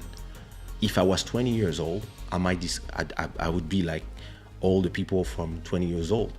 They learn online, they have their news on Twitter, and they forget everything after 7 days. That's the generation of today. That's the subject that I was trying to do, but I will do, which is, this is why I call this show today the Goldfish. People are so different from us, and we cannot just criticize it. We have to understand why they're different. We grew up without telephones, without YouTubes. I grew up, I had 6 channels. I grew up with 3, and then I had 6 TV channels. So what was on these 6 channels was the truth. Today, I have unlimited access to unlimited knowledge from everywhere, and unlimited information and disinformation from all around the world. And because I come from before, I know how to check my facts and stuff. And I love to check my facts. But somebody who's 22 today doesn't care about all the things you're talking about, or learning about, and the knowledge. They don't care. They want to dance. They come, oh, I love this dance. What is this? Oh, it's called Kizomba. Okay. And they're dancing urban keys. They're doing whatever moves. And if you are somebody who's been dancing Kizomba forever, you arrive in Ukraine and you're like, what the fuck are they doing? And they look at you like, what you want, old person? Yeah, that's how we dance here. And if you go to Brazil, go to a Zouk party, you'll see. You're gonna see everybody like, oh, wait. Before I continue this conversation. Hey, Ndella. What up, Dalia? I'm not 100%, but Felipe Montero shifted the market for sure in the 90s. Oof. 100% agree with you. Listen, the documentary I'm planning to do maybe in 2022 or 2023 is not going to be a 4-part. It's going to be a 10-part easily, because I want to talk about the movement of the slaves and what they brought with them to the different islands. Because the same people who came from in the island of Santo Domingo, on one space they became Santo Domingo, and on the other space they became Haiti. And they were influenced by French music to become meringue, up to compa, and by Spanish music to become rumba, etc., and merengue. So that's the interesting thing, because those are the same group of people, depending if they were on a French boat or on a Spanish boat, they would end up in Santo Domingo or Haiti, and they both came with the same religion and same dance, which were voodoo. And then, because generation after generation, some of them start speaking Spanish and only Spanish, and some of them start mixing with their masters and become the mestizos, and some others become the Haitians, and they did the revolution, and then they become the first Black Republic, and then etc. So that's episode 1. Episode 2 would be compa, all the things about compa. Episode 3 would be from compa to zouk, and mazurka, and begin, and woka, and like the tradition of the French West Indies, Martinique, Guadeloupe, and that would be one episode. Episode 4 would be zouk R&B, Jean-Michel Rotin, Ali Angel, Théorème, Nichols, and then in the end, the rise of Kaysha. So Kaysha, the bridge between zouk and kizomba, and candy zouk, etc. Episode, I'm at 4, right? Episode 5 would be kizomba. Kizomba, from where, how, and we would go back to the beginning. We would go back to Angola. We would go back to the Congolese people running away from the war, and one of them, Eduardo Paim, becoming the father of kizomba to the eyes of the Angolans. How, where he came from, how did he, etc., who inspired him, where did he, all these things. So that's conversation with him, conversation with people from Angola, traveling there, learning like the language, the thing, and going back to the history of the fact that all this was the Kingdom of Congo.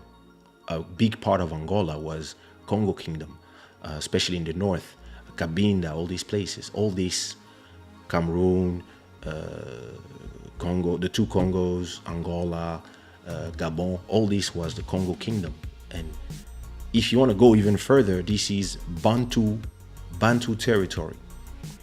But all this is a lot of information, a lot of, I'm just talking from my head right now. Maybe I'm saying some mistakes, but it's a big conversation about how all these people, at a point, they get taken from their land, and then they are sent. There's a lot of people from Senegal, but they came from Sierra Leone, from Congo, from other places. Then they arrive in Haiti, they arrive in Senegal. The Portuguese take them to a group of islands where there's nobody. They create the Capverdians. So all these people, so they come. What is their culture? When does their culture come from? Say it's because they are a people created by the Portuguese Empire at that time. So they are directly a mix of what they came from in Africa, plus the fact that the Portuguese, in compared to the French, were different. The Portuguese, they love to mix with their people. So that's how you have the Brazilians, a lot of them are mixed, and then you have the Capverdian, all of them are a mixture of African and Portuguese. So the music that comes from this, where does the Morna come from? Where does the Coladera come from? Who inspired Splash? Who inspired those groups? And when you listen to all their music, all of them, you can hear Kassav. So now you have to mix everything together. So you could do a whole episode about Kassav. Then you can have a whole episode about what's happening in Cap Verde and all the different genres, and how Passada becomes something at a point, and why Passada in France is called Cabo Zouk, because at a point everybody was calling everything Zouk. And And then you can arrive at a point to talk about the dance. You can talk about the festivals. You can, interviews with Olga, with Nicolette, with all these people, with João, all these, talk about the different festival everywhere. How you discover Kizomba? And then you can start explaining the dance, and because me personally, I can dance zouk on everything. So all this is a great conversation. And then after that, then you can talk about the future. You can look at, what is Kizomba becoming? Why is Urban Keys the new thing right now? What is Douceur? What is this? What is that? And you can, and even in terms of artists, you can go to generation 1, 2, 3, 4, Siquato Pedro. Then when the Angolans started really going from doing a lot of reggaeton to now embracing Kizomba, because there was a point where they were really into hip hop, R&B, and then at a point with Anselmo, Undois, like, and then you can talk about the new generation, Eduardo Domingo, Rui Orlando, etc., etc. Like, you can do easy. I can do 12 episodes, come to Netflix and say, give me 2 millions. Give me 2 millions, and there you go. I have your pitch, and show them, like, there's a million person taking flights all around the world to go dance in the Kizomba Festival right now. I mean, not right now with the pandemic, but that's a great, great, great documentary about so many things that are seemingly from so many places, but actually are just one big, and you can trace all these back down to the Kingdom of Congo, and all these regions, and the East Africa, and the Bantu people. So that's amazing, because then all of a sudden I'm like, oh, in the beginning I was like, hey, am I the one? Should I? Because, and then, oh wait, Bantu, yep. That's 12 part, bro. 12 parts. Hey, amazing. So wait. Before I continue, the goal was to show you people dancing to my music, but I think because I like to keep it around 2 hours. I'm gonna change the name of this episode, but I'll talk about the Goldfish Sunday. I'm gonna change the name of this episode, but I don't know how I'm gonna call it. Give me some ideas. I wanted to show you this. That's me in Brazil discovering where is it? Yeah, this is me in Brazil discovering how they do their dance.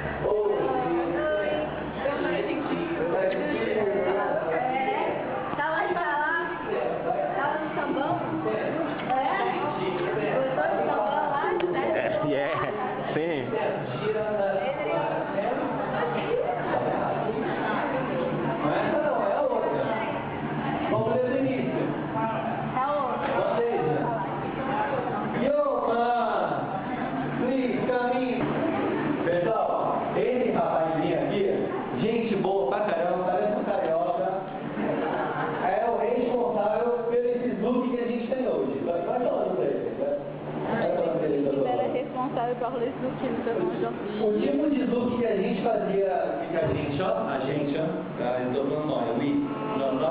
o tipo de look que eles faziam antigamente era uma coisa assim mais parecida com merengue, com salsa, com flor, com ornamentos diferentes.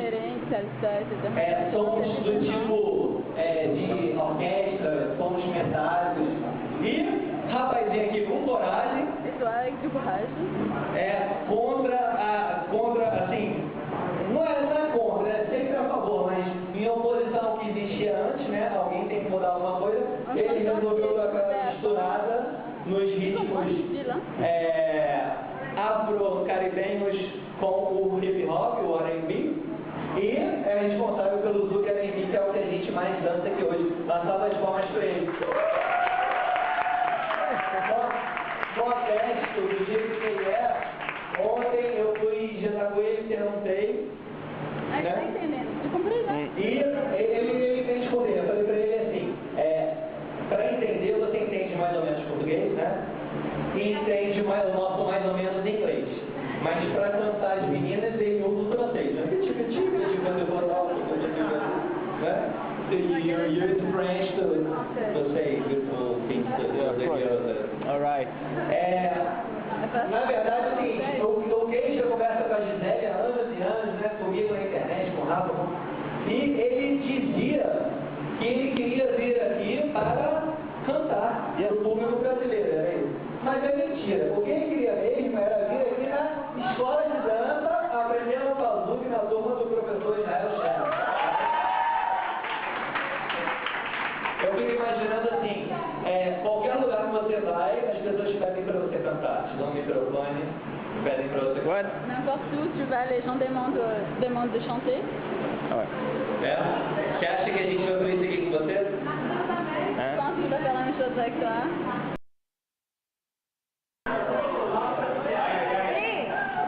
Menina, se você me quiser, uma Anitta, né?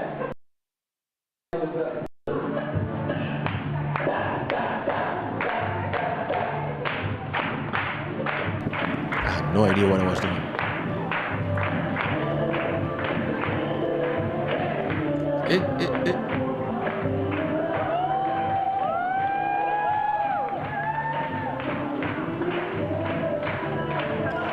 And then they show me how they move away. Because there you can dance with two girls at the same time. I was like, what the fuck?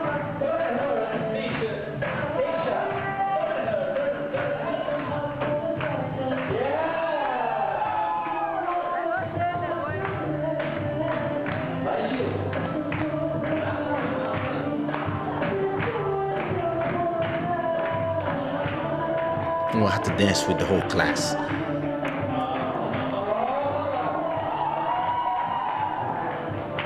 Not so bad.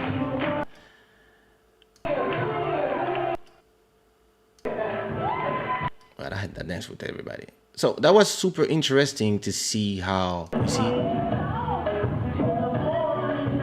And that's how I decided to shoot my video there and include all these people in something going on.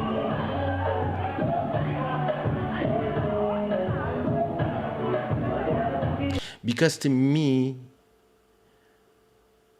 first of all, it's beautiful to see all these people. Look,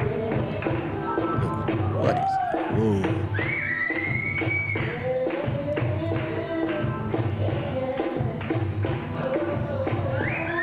And to me, it is beautiful to create art and to realize how people take it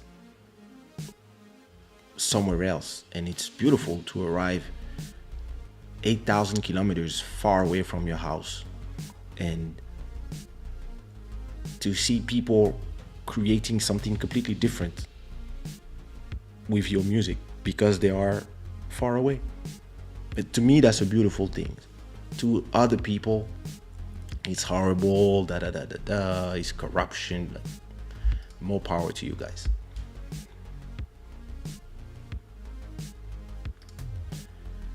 Saint Tomé, principe, la plus belle île d'Afrique. Yeah, yes, I am. Something like that. I'm also Portuguese a bit.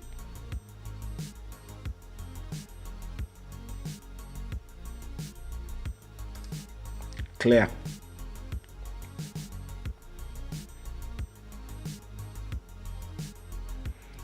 Just like the group from Senegal. They have Funana, Senegalese music, Coladera, Morna, etc. Yeah. You know, music doesn't belong to nobody anymore. Like, everybody's doing a little bit of everything. And this is the world of today, you know.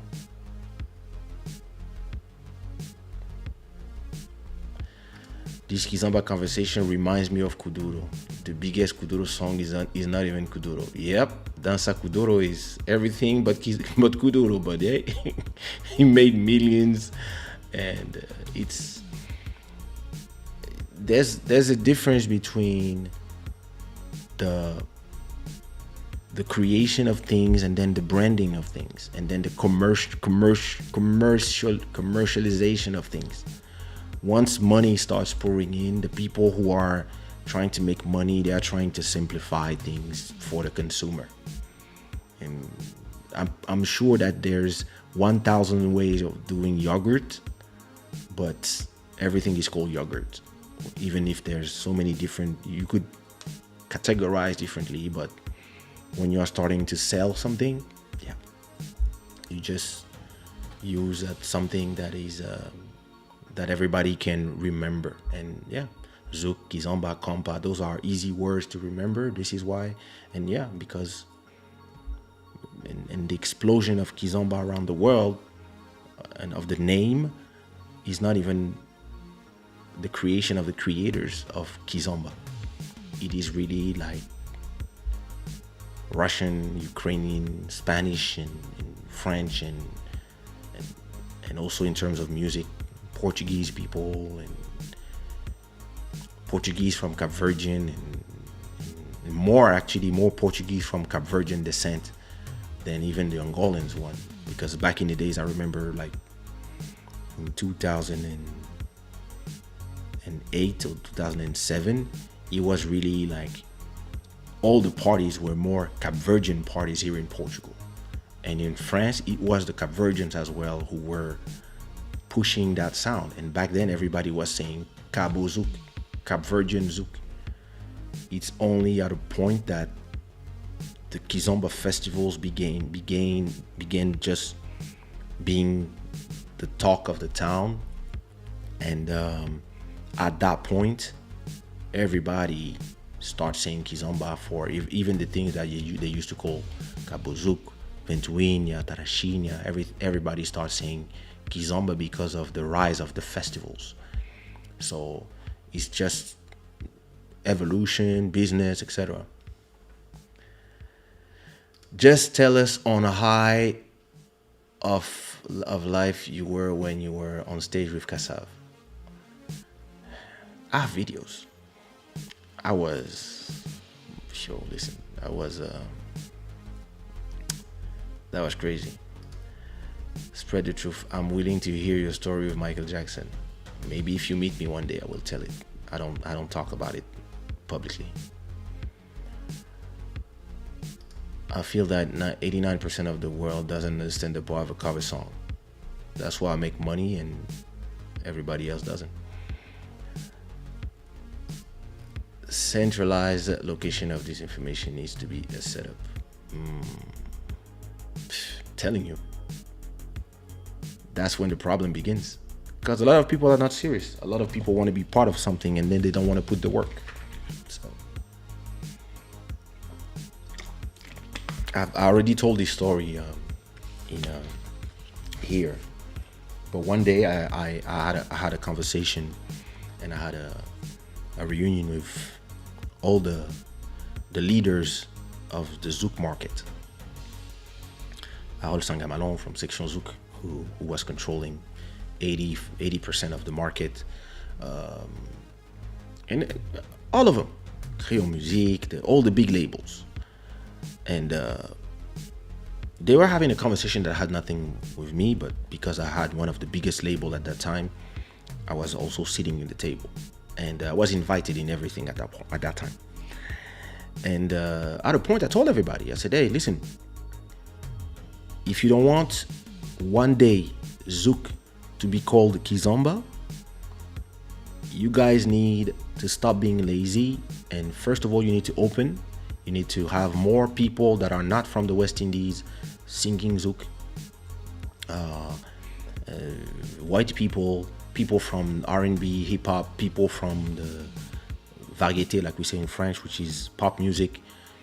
You need to have all these people starting to also have a Zouk song in their albums. That's how you push the genre forward. And you also need to have names for the dances And I just came back from a salsa festival, and we have to do the same thing. We have to do classes where you learn all the dance, the zouk moves, la chaise, this, that, le carreau, all these things we need, and we even need to invent some moves. Have some professional dancer invent some moves that we can teach to all the white people. That's how the market becomes bigger and we make more money, all of us. And somebody said, enough. And like, yo, listen, no disrespect, but you are African and you did enough. You here, you come, you put some, you denature our music, you put some R&B in it, you sing in English, we say nothing, you come, you with your label, you bring Cap Verdean artists, Arab artists, etc., like Sumia, Elisio, like we don't say nothing. But now you also want to change our dance? What the fuck is wrong with these guys? And all of a sudden they all rebelled. They all told me, yo, listen, enough. Like, hey, don't think you are here to change our culture, and now you want to give our culture to all the white people. And me, I was like, sorry.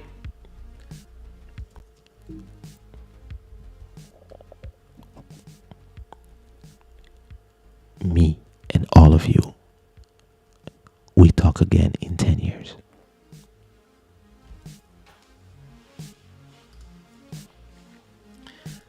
Ten years later, the same guy calls me. Yo, Kay. Hello? Yo, Kay. Oh, le boss, le king. Oh, king de la Kizomba. King de la Kizomba. Yo.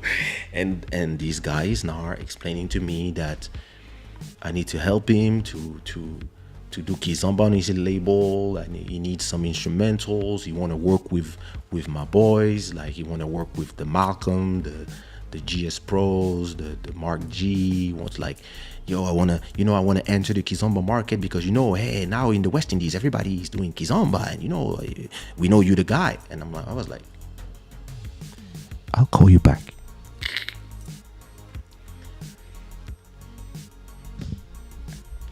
And today, you want it or not, evolution will happen. You want it or not, evolution will either be with you or without you. And either you are part of it, so you can try to control a bit of it, or you follow, or you are leader. And if this conversation we had that night, and this is how the world works. Sometimes it's just one conversation, one night on a table with a bunch of cigars and some rum and people, bosses talking. And one boss tells the other bosses, guys, your plate is about to be eaten by Olga and the Kizomba people. I was in Portugal. I've been seeing what they're doing. They have names for the dance. They have dances that they call Ventuinha, dances that they call Tarasha, dances that they call Passada, dances that they call this, that. We need to do the same thing. And they all look at me and they said, you are not from the West Indies, shut up. So I said, we talk again in 10 years. And 10 years later, everybody on that table is still calling me today, trying to dance, to do Kizomba, trying to organize a party or produce an artist or have me connect them with C4 Pedro or George, because they realize that all these people, every time they see their music, they look at who made the beat and they say, oh, Kaysha made the beat. Oh, fuck this guy. Hello, the king. One of them called me today. At a point, this used to frustrate me until I realized that, when I want things to be done, I'd rather do them myself now. And that's why I'm telling you about my documentary. If somebody takes the ideas and do it, I'll be more than happy. But that's why I'll do it. I'll do it because I realize that, if nobody does it, if nobody has the conversation, the things don't happen. And when you have the conversation with some people, they're only busy thinking about, like they say in the West Indies, c'est en nous, it's ours. They're like, no, it's mine. I don't. And a lot of people from the islands have this mentality of, it's all I have. And I understand. It's all I have. If I put it out there, they will take it like they took the rest. I understand. But they will. So if you are the one who take it there and you make sure you control it, you make sure you copyright it, you make sure you know that nobody can use the word Zumba, for example. Nobody can use the word Zumba because it's a copyrighted, registered trademark. Everybody's using Kizomba. Nobody knows if nobody owns this word. See what I mean? Listen, you go use the word Kaysha. It's registered. Sushiro, registered. Even on the quoi, registered. Because there's a business out there. Look. Before I do, I just want to check. Okay, look exactly what's gonna happen now. You see, if I type kizomba.com, nothing. This belongs to nobody. This is just a fake website. Why? Because nobody bought it. It means that, if you have, I don't know how much it costs, probably because a lot of people probably is trying to buy this. Maybe it costs 5,000 euros. But if you have 5,000 euros to spend, you can buy kizomba.com and send everything Kizomba to you. Let's say if I type kaysha.com, you come to my website. If you type zouk.com, let's see. Look at this. Nothing to do with music. Why? Because nobody took the time to just do this. Register zouk.com or kizomba.com. This is crazy. To me, this is what you call lack of leadership, lack of vision, lack of businessmanship. You're gonna be here, everybody is here running around talking, nobody owns nothing. So if anybody today watches this video and they have $1 million because they are universal or whatever, they can register kizomba.com and send it to something that's not even Kizomba. Let's say, I don't know, some music that they said, hey, we're gonna call this dansa Kizomba because it's commercial, and they just put it there, and then everybody in the world will say, oh yeah, we're dancing Kizomba, and they will dance something else, and then all my people will do is what they always do. They're gonna cry, they're gonna be angry, they're gonna be saying, yeah. You're gonna tell me that all the people who own labels cannot get together and everybody put 500, 20 labels, you all put 500 to buy kizomba.com. You do what you want. One day, the bitcoins are on, or the cryptos are on, one of them will explode. I will have $1 million in my bank account, and I will be like, let me buy kizomba.com. When you will type kizomba.com, you know where you will arrive? You will arrive on my Spotify page. And then you can complain as you want. I will have made a business move because nobody made it. If I was a creator, I was a label, I was the state of Angola, or I was an event producer, I would buy this fucking website, like this domain. I don't. Well, listen. Whatevs.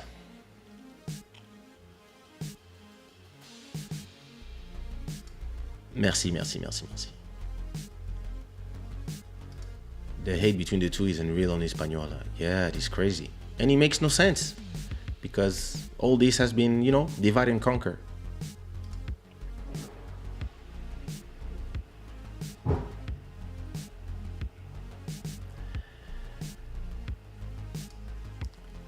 I always love to get knowledge from people who know.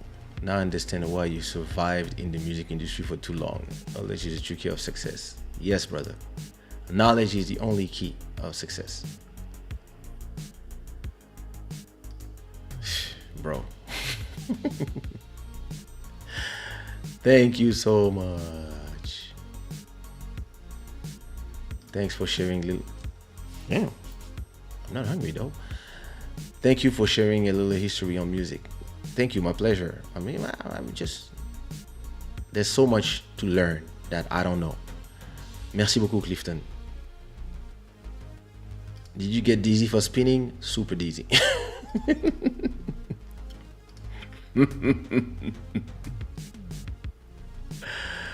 Dancing is happiness. Yes. Si, j'ai eu.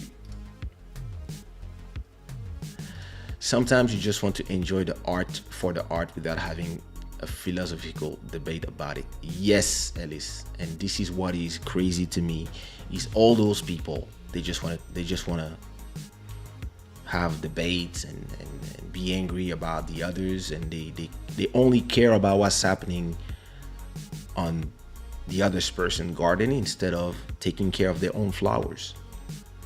So at a point when they're done annoying the others, they come back to their garden and all the flowers are dead because they didn't pour water on them. And if you come from a space of love and positivity and unity, you take care of your garden with your water. And if you have some water left, you look at the new guy and you're like, hey, you want some water? And you give them the water. And when they become big, they will come and they say, hey, this is my big bro, or this is my big sis. The reason why we are big and we exist today is because of these guys. And sometimes you're gonna have some people who are ingratos. You have people who forget where they come from. But since Malcolm is 18 years old, I've been working with him, putting him in connecting him with people and giving him ideas of how to do his own platforms and stuff. And today his name explodes. So we start working together in 2010, or maybe before, maybe 2009, I don't remember. But only today, his platform is exploding. And his name is everywhere now, and everybody wants to buy his beats. And when people ask Malcolm, and he tell people, hey, that's my dad here, Kaysha. Why? Because I gave him water. I gave him the water to push himself. Listen, I make beats. I don't need to give beats from nobody. I can take care of my own business. But every time I would go to a studio with Mika Mendes, George, Nelson Freitas, all these guys, I would tell them, hey, listen, those are my beats, of course, because they wanted to hear my beats. But then I had a special folder. I was like, hey, this is a new kid. His name is Malcolm. He's going to be big one day. This is a new kid. His name is this. He's going to be big one day. This is a new kid. His name is JS Pro. One day he's going to be big. This is a new kid. His name is whatever. Or hey, this is a guy from the US. His name is Mark G. I think he's etc. etc. This is I would do this in every session I would go. And every time I would meet an artist, I would make him listen to beats from all my guys. And today, all of these guys are huge, are big. All of them. And yeah, one of two They forget where they come from, but it's okay. The most important is those who remember, they know. And even those who pretend they forgot, they know as well. And those people, if I need something, take my phone, I say I need this, and it happens because they're giving back. And I could have, been selfish, and every time I go to a studio, I just show my beats because I just sell my beats. But no, sometimes I know that somebody is asking me for something, or somebody want to work with on a special sound. They want something grimy or whatever. This is a mission for Malcolm. Or somebody wants something more this. I'm like, wait, let me call Mozambique. I call Grim. This is a mission for Grim, etc., etc. But this is because you want to build a community. If one day somebody tells me, hey, I need somebody to write me a song, and I don't have the time, whatever, I'm not gonna do it myself. If I don't have the time, I'll call Ellie's boys.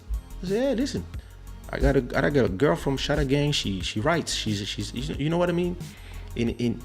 It's a question of point of view. A lot of people, they are in this world, and they just became angry about everything all the time, and they wake up, they look for things to be angry about. They wake up, they look for videos to be pissed about. I don't do this. For me, when I see somebody's success, I have two reactions. Reaction number one, being happy for them. Reaction number two, trying to understand how they had success, so I can recreate it for me and my people. That's how I am. Some people, they see the success of other people, they're angry. Because what they see is, they're taking my space. They are taking my place. Should have been me. Bah, bah, bah, bah, bah. How he can't sing. How he use auto-tune. How he does this. When they wake up, they're still unsuccessful. When they go to sleep, they're still unsuccessful. They look at self in the mirror, they're still miserable. When I go to sleep, most of the time, I'm happy and exhausted because I did too much work, and I've been, promoting other people, pushing other people. It's a state of mind. It's a state of mind. Bonjour, Nicoletta. Cap Love, yeah. I remember that name too. Pour toi, la musique a trop changé ou continue comme toujours? Pour moi, la musique change tout le temps. Big Spanish names are pushing Kizomba as well. Listen, Ralphie, the day Kizomba arrived in South America, people will say it's a Latin dance, and it's over. So you bet those who are not ready and have enough catalog. If J Balvin starts saying I want to do Kizomba, it's over. Everybody will say, oh yeah, this is the new Latin thing.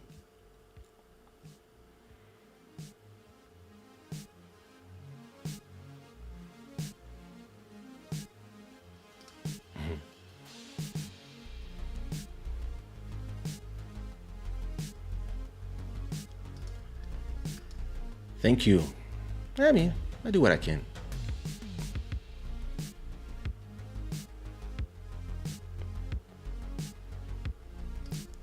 Happy and exhausted, the best way to go to bed. For real, bro. Like, you're here, you're happy. But anyway, I wanted to talk to you about the goldfish. I'm going to push this. I'm going to change the name of this episode to, I don't even know. But let me show you what I wanted to show you from the beginning, which was I wanted to show you and react to different people dancing on my music, and this is something that is actually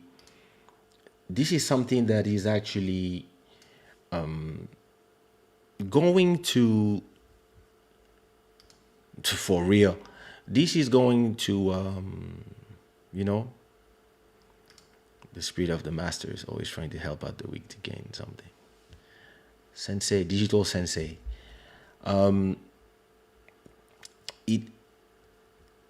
I want to react to people dancing on my music, and it's so interesting how from one place to another people dance completely different. So these are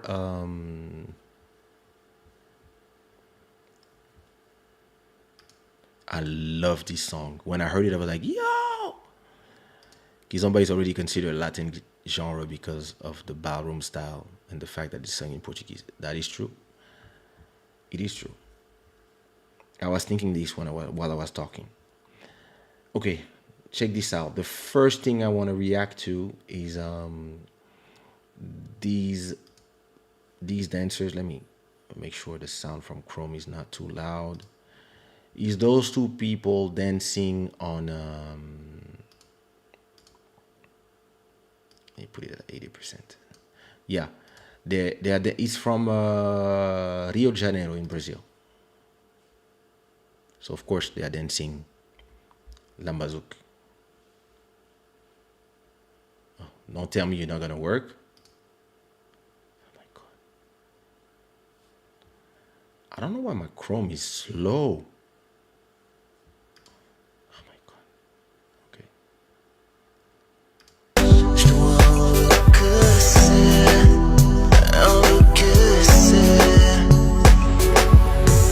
Eu só não quero que tu pares já. Continua. Estou quase. Quando eu tiro essa roupa, tiro essa roupa, tiro essa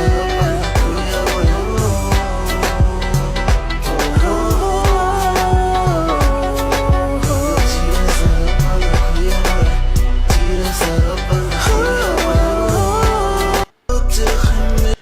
So yeah, they were dancing. It's a girl called 20. She tagged me not so long ago, and they are dancing Brazil. How you call this? Lambazouk on my songs. That's nice. So I cannot have just the music I saved. So that's the one I posted not so long ago. This is a girl from I don't even know where. She's dancing on my song Speed of Light.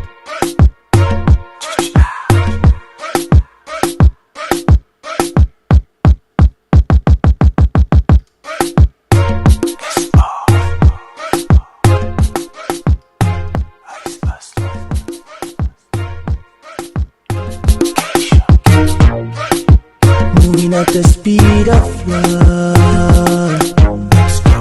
Can you feel my energy? Can you feel the chemistry? I just wanna make you dance, hey yeah.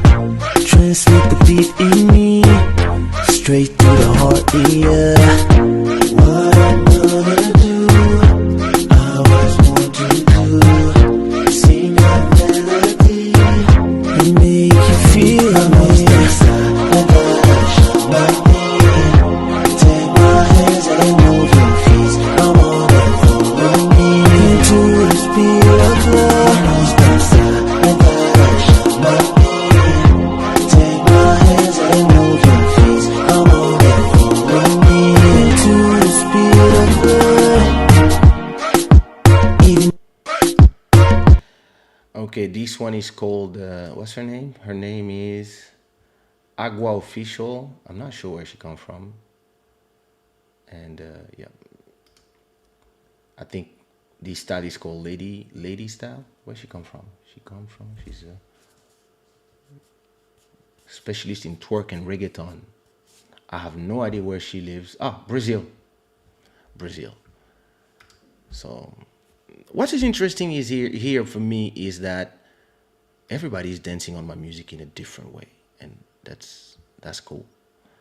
And everybody will be inspired by my music in their own way. Let me see what else. Okay, now this thing is not working. The hell?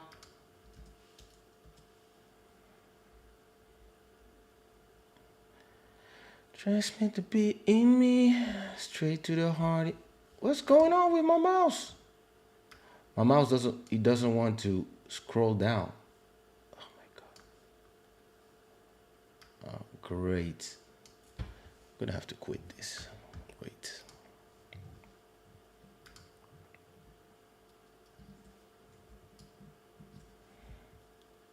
Let me quit. Turn it on again.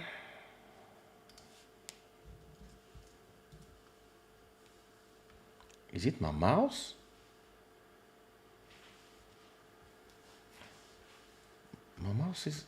I think my mouse has a problem. Wait a minute.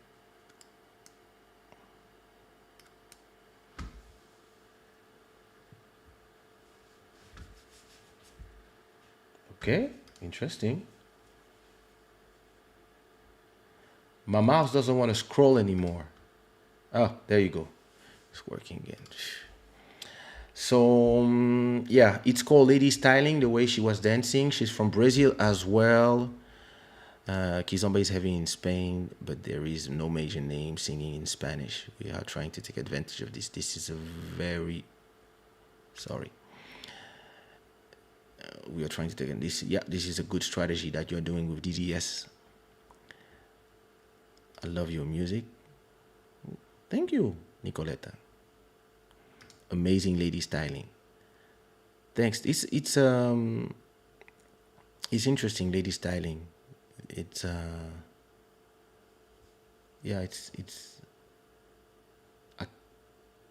it seems like there's different styles of lady styling. I'm not too, but yeah, that's cool. It's kind of powerful what the women are doing by themselves. So let me see what else I had in terms of people dancing on my music.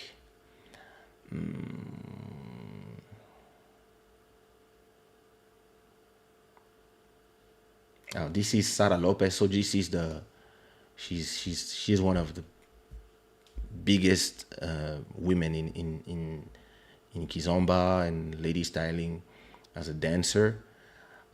She's one of the most famous, and she danced on my song. It's actually it's a new song of mine that she danced to. She danced to the song I did with Paulo Pequeño.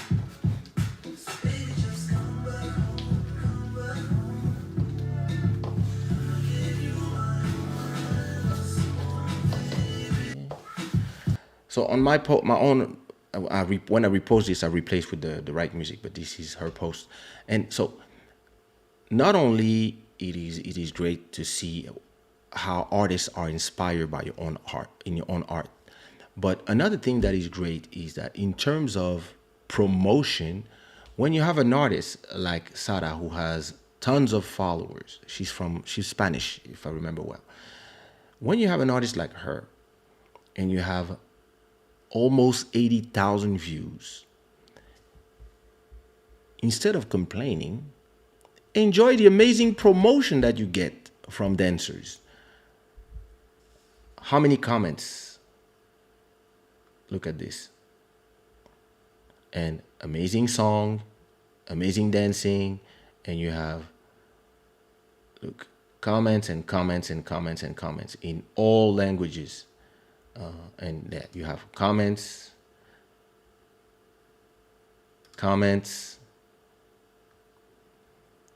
You got comments forever. I don't even know how many comments this thing has, but it had so many comments because look at the number of views.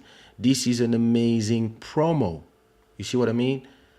So embrace dancers. And to me, I don't understand in these kind of posts, there's always going to be somebody coming and say, oh, this is not real kizomba. And I'm like, don't you have something else to do? If you believe that whatever you call the real kizomba is, go do videos and post them instead of going on others' videos. Like, you are wasting time. Progress will be made with or without you. But I enjoy the fact that, you know, artists are enjoying my music. So wait, I have to find. This is a guy from Ivory Coast dancing on dit quoi, I think. I'm not sure. C'est pas ça qui me moyen l'argent. J'ai pas déjà haut. Moi ça me débat haut. Je connais ton plan déjà. Pour ma voix c'est pas comme ça blaguer tu es. C'est pas bon couper décaler ça me plaît. Yeah, this is a guy from on the song I did for Tia called Coupe Décalé, and yeah, nice. This is so you saw this video because I posted it on my YouTube. So they did a full video dancing on something going on. I'ma do all the things that a man like me is supposed to do.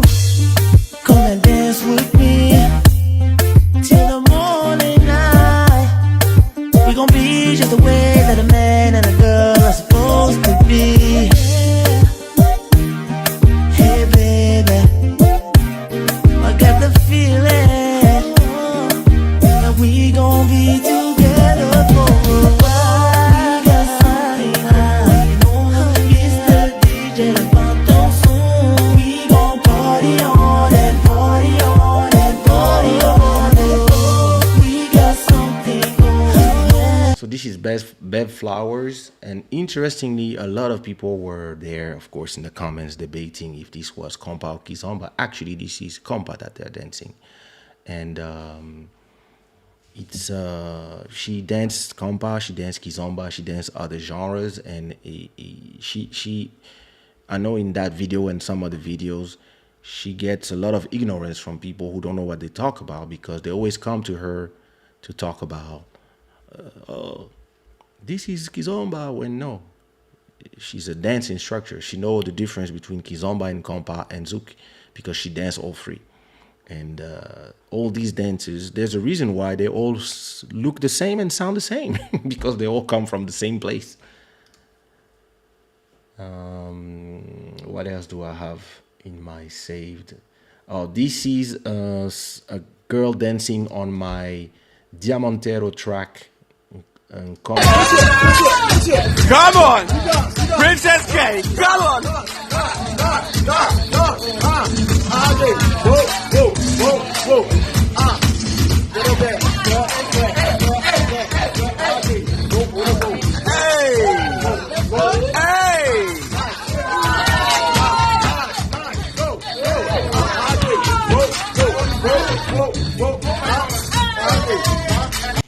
That's amazing. Like, she's dancing on a track called Vision that I did under the name Diamantero. I think she was 10 years old at that time. She's probably 12 now. But yeah, amazing dancing. Those are two girls from Gabon, I think, and they're dancing on Kaysha dit quoi, I guess. Tous les petits nyandés, I got what you like. All I need that's a mic, then I'm rocky, funky, crazy. Niggas the shit like Fonzie. First of all, you can't refuse. Haha, niggas gonna blow a fuse. Don't hate me, you take she lose. I'm a drug you can't abuse. First of all, I don't smoke la. Don't need this just to be caged. Don't blow on my puka. So they're not really dancers. I guess they're just having fun. So that's cool. That's cool. I liked it. This one is dancing on Diamond. I felt the energy of sun rays. I saw the life inside. So shine bright tonight. You and I were beautiful like diamonds in the sky. I do, so she's dancing on Diamonds, Lady Styling. I don't know where she's from. I don't remember where she's from, but yeah, cool dancing. Those two, are they? Oh, those are dancing on Kaysha on Dikwa, of course.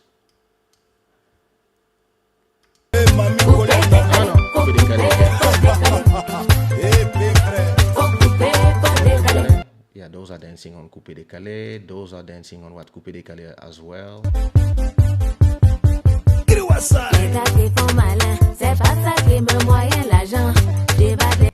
Those one as well dancing on Coupé de Calais. Those ones are dancing on Good Life 2005.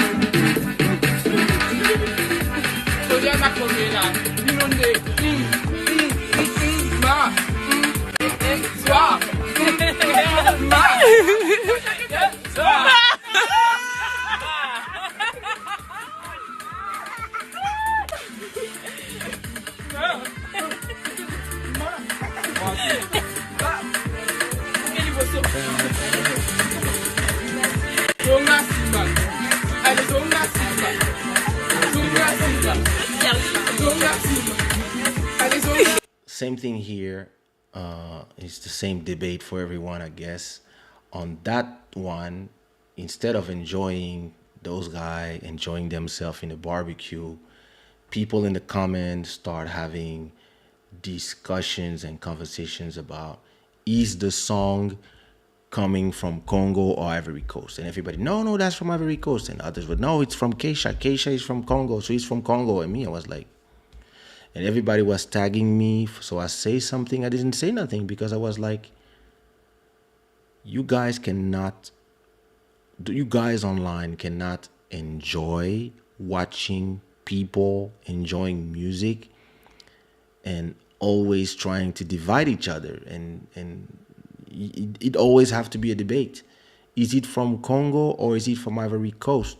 Who cares? It's great. People are enjoying the song. And then I think, I don't know if I responded here in the comments. I don't remember. But if I responded, I probably responded something like, yeah, you guys should stop asking questions and just enjoying, because actually I lived and I had Ivory Coast nationality for 10 years. And I lived there a few. My parents moved there at a point, and I still have my Ivory Coast passport. But I'm Congolese as well. I had 4 different nationalities already. So who cares? Like, it's from both, actually. My music is from everywhere. And yeah, but yeah, people always want to invent problems for themselves. This one is from Russia, I think. I don't remember what song she's dancing on.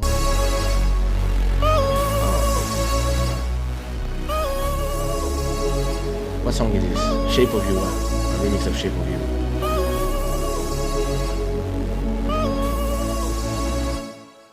The club isn't the best place to find a lover, so the bar is where I go.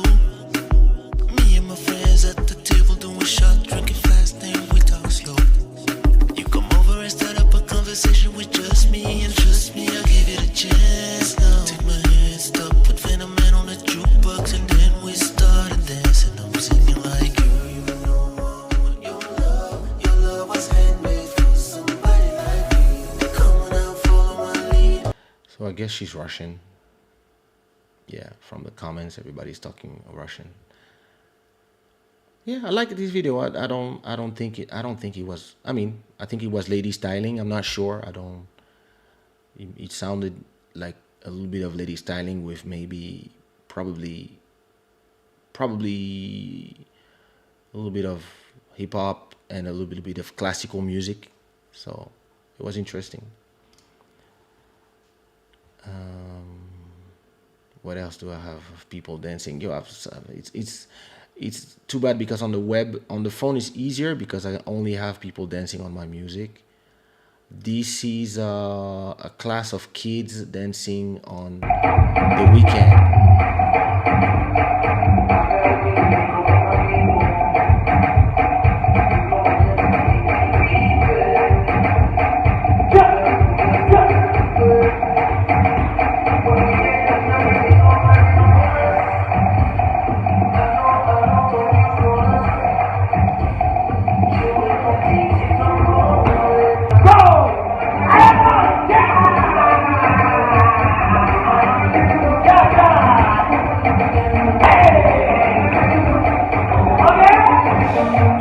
amazing here is seeing kids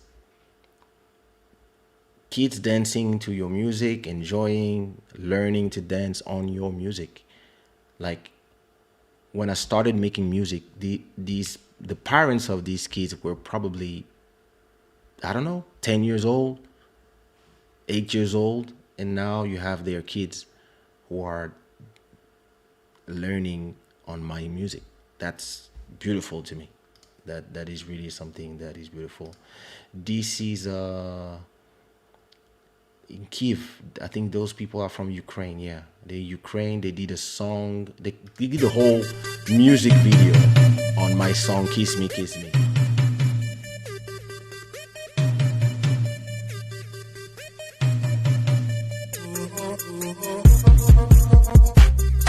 I like the way your body shakes under me.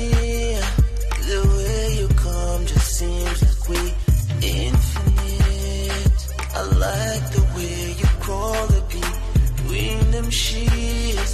It makes my mind arise, all my senses. You're so beautiful. I need to think, is it reality? No more hesitation. I do. So that's dope. You can find it on you can find it on YouTube. You have the names there. So they are in Kiev, in Ukraine. But that's beautiful. This is the very famous Jenny BSJ dancing in Cape Verde on my song Good Life.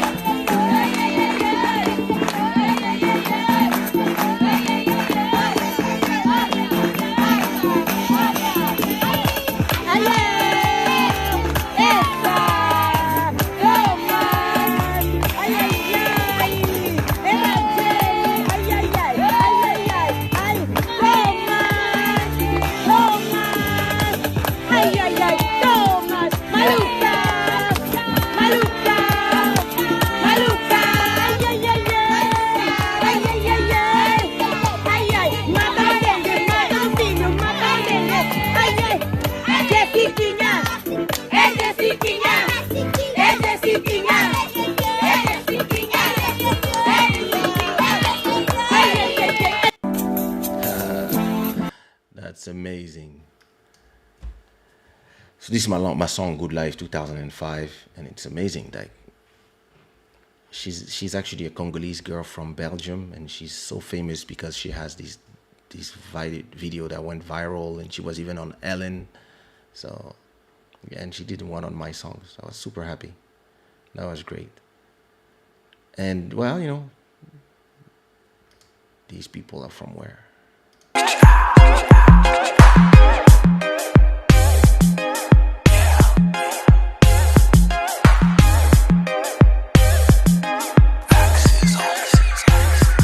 Somebody call the popo.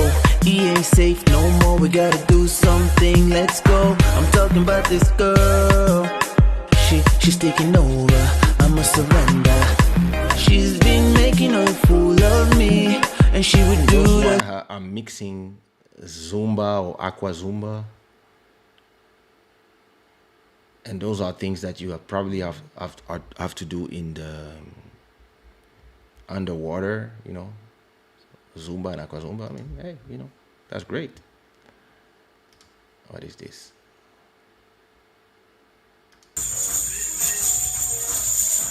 What song is this? Oh, how was it? Oh, this is Habibi. This one is a guy from New York, I think, dancing on the weekend.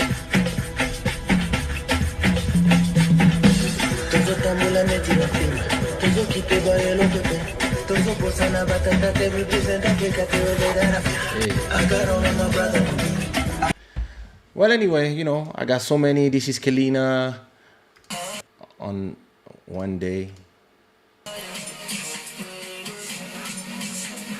Hey, Kelina.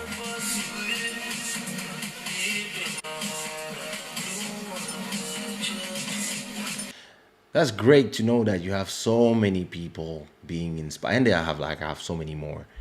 But we would spend the night if I start just going through all the people that are dancing on my music. I just wanted to show you how much you can have the same song. You can have the same song, and this song will inspire people in so many different way, depending on where they come from and what is their story and where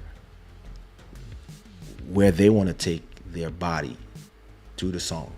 And personally, as a creator, I respect that. I respect the liberty, because if I was not given the liberty to just do what I want, because I arrived to a point where when I arrived in hip hop in Paris, everybody was like, "Yo, you are in Paris, you have to sing in English," and I was like, "You in French?" And I was like, "No, I don't. I want to sing in English," and I want to sing in English with some Spanish, and they were like, "Why?"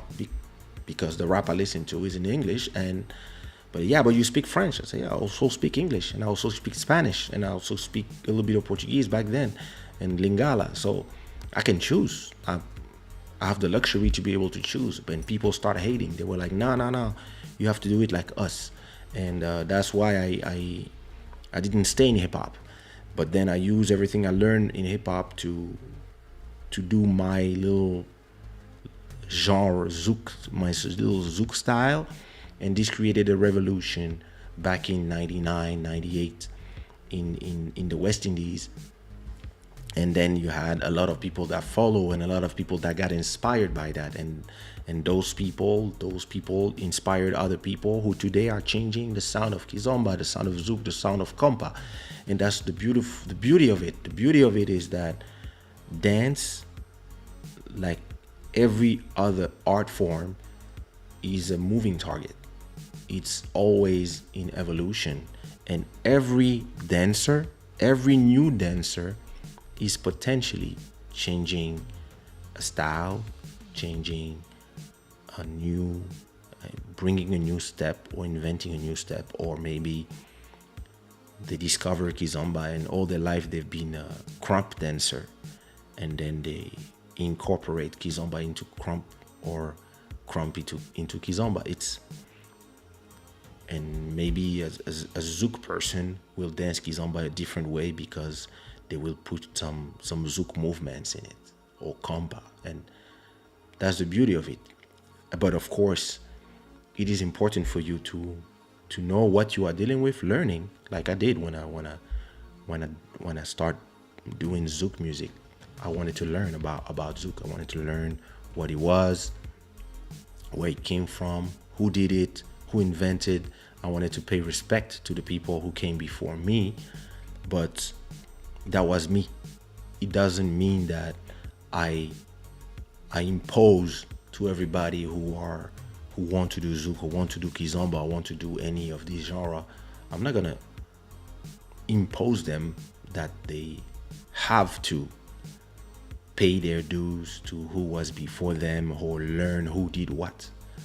I hear a lot of people who are influenced by me, but maybe they will tell me, "Oh, I'm influenced by you," or maybe they are influenced by somebody that has been influenced by me. Maybe they're not my kids, they're my grandkids. Who knows? But you have to respect that. You have to respect the fact that because everything is an evolution of something, or a remix of something, you have to let things be. And some people really want to look in the past. Some others really want to be in the present. And a lot of them, younger ones, I remember when I was young, I didn't care about the past. I didn't care about the present. I was looking into the future. And today I'm still like this. I'm a person. I'm interested in the future way more from the past. But because I know that when you know your future, when you know your past, you know your history, and you know your roots, you can actually grow higher because you are firmly in the ground, and you can grow a bigger tree. I learned to a lot of the things that I'm talking to you about today. But a lot of these things that I'm talking to you about today, 20 years ago, not only I didn't know about them, but I didn't give a fuck. I didn't care.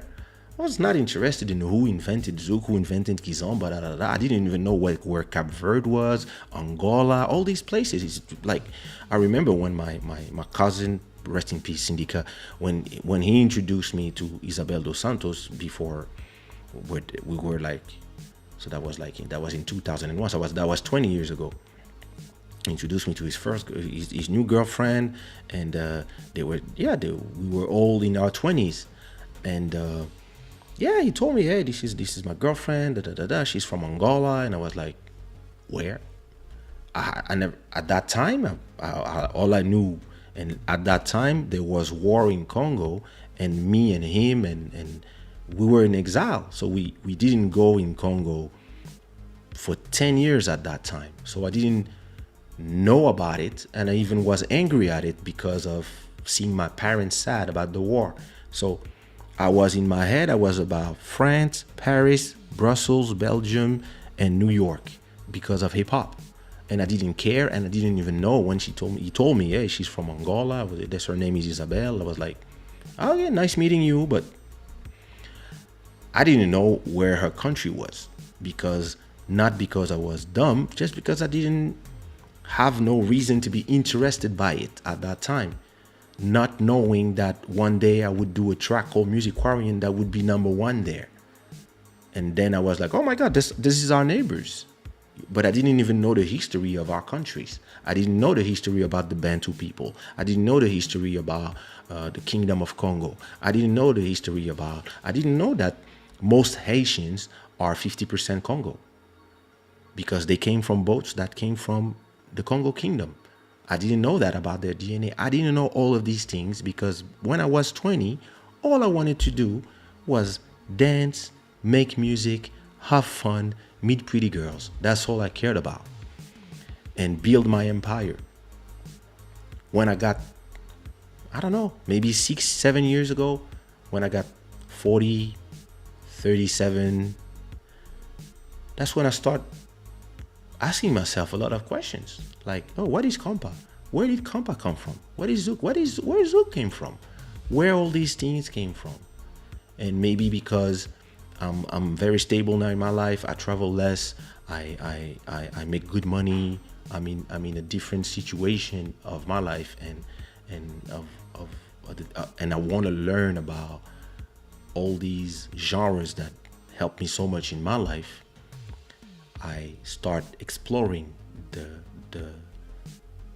culture, the history of all my cultures, because I believe that it is our cultures of all of us, because we all live in different cities and different countries, and we all are part of a big ecosystem, and we all spread our music from in Sweden or in Germany or in thank you so much, Master Electronic, for always representing. Thank you.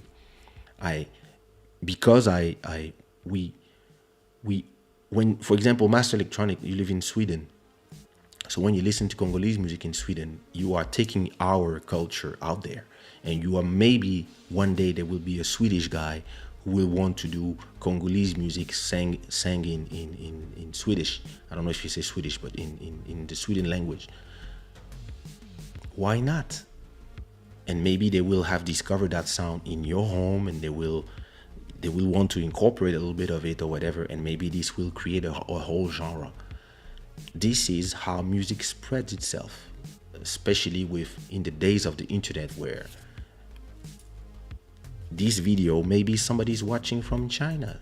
Like, if you put the flags of where you're watching from right now in the chat, we will have different flags from everywhere, and people will say, hey, I'm from Cape Verde, but I'm watching from Massachusetts. Oh, I'm from Congo, but I'm watching from Sweden. Oh, I'm Portuguese, but I'm watching from Brazil. Oh, I'm Brazilian, but I'm watching from Germany. So all of you guys who are from one country, but you are somewhere else, and you don't speak your mother tongue, but you speak another language where you are part of the métissage. You are part of the you yourself, you might think you are a full Cap Verdean, but you are actually an American. DJ Mastermind, I think you spend more time I think you spend more time in the U.S. I don't know if you're in Boston or if you're in Rhode Island or where you are right now, but I think you spend way more time there than in Cap Verde. So, do you consider yourself a pure Cap Verdean by DNA or an American? And then the answer will vary from person to person. You might feel one way, but your sister might feel another way, and this is normal. This is what the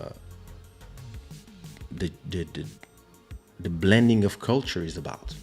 When you live enough somewhere, you become part of that, and you become an agent of the change of wherever you are. And this is how music just evolves and transcends nationalities and this is why, to me, when I hear an Angolan say, "Oh, Kizomba is ours," I'm like, this is the wrongest thing I ever heard. It's far from yours. And maybe it's never been. You might, the word comes from you, etc. But it belongs to all of us, and it also belongs to all of them. Because the reason why it's heard all around the world is not because of you from Angola. It's because of Olga from Ukraine, and this guy from Russia, and that guy from Spain, and this one from Norway, and that one from Cape Verde. And I didn't discover it because of you from Angola. I discovered it from you, from Elisio, who took me to the Cape Verdean parties. So it is so many people, and at the same time, it's yours. But at the same time, it's not yours. It's ours. It's part of the ecosystem now. It might have originated from you, but it has been influenced by so many different sources from all around the world. And the person that is the father of it himself came in Angola from another country as well.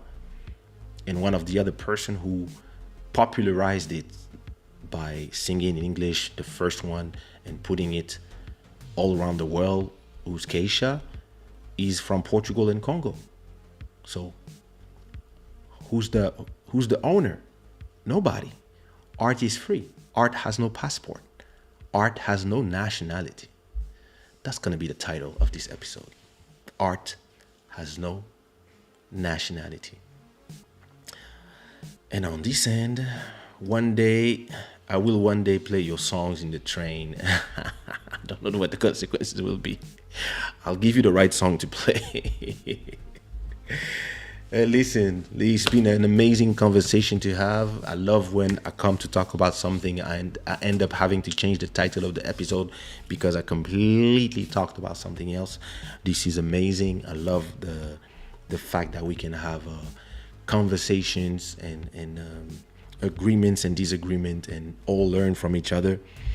Thank you so much, Mastermind and Master Electronic, for our back and forth. It was great, and I hope that you enjoyed this episode and that you actually learned a thing or two, or if you didn't learn nothing, I hope that at least the conversation was interesting for you.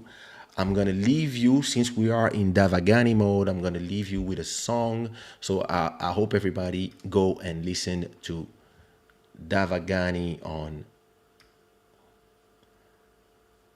Yeah, perfect. To Davagani on Spotify.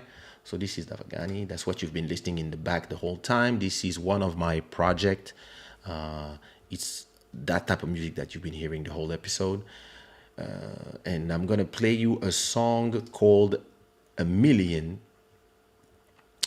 So it's me under the name Davagani, featuring me under the name Kaysha.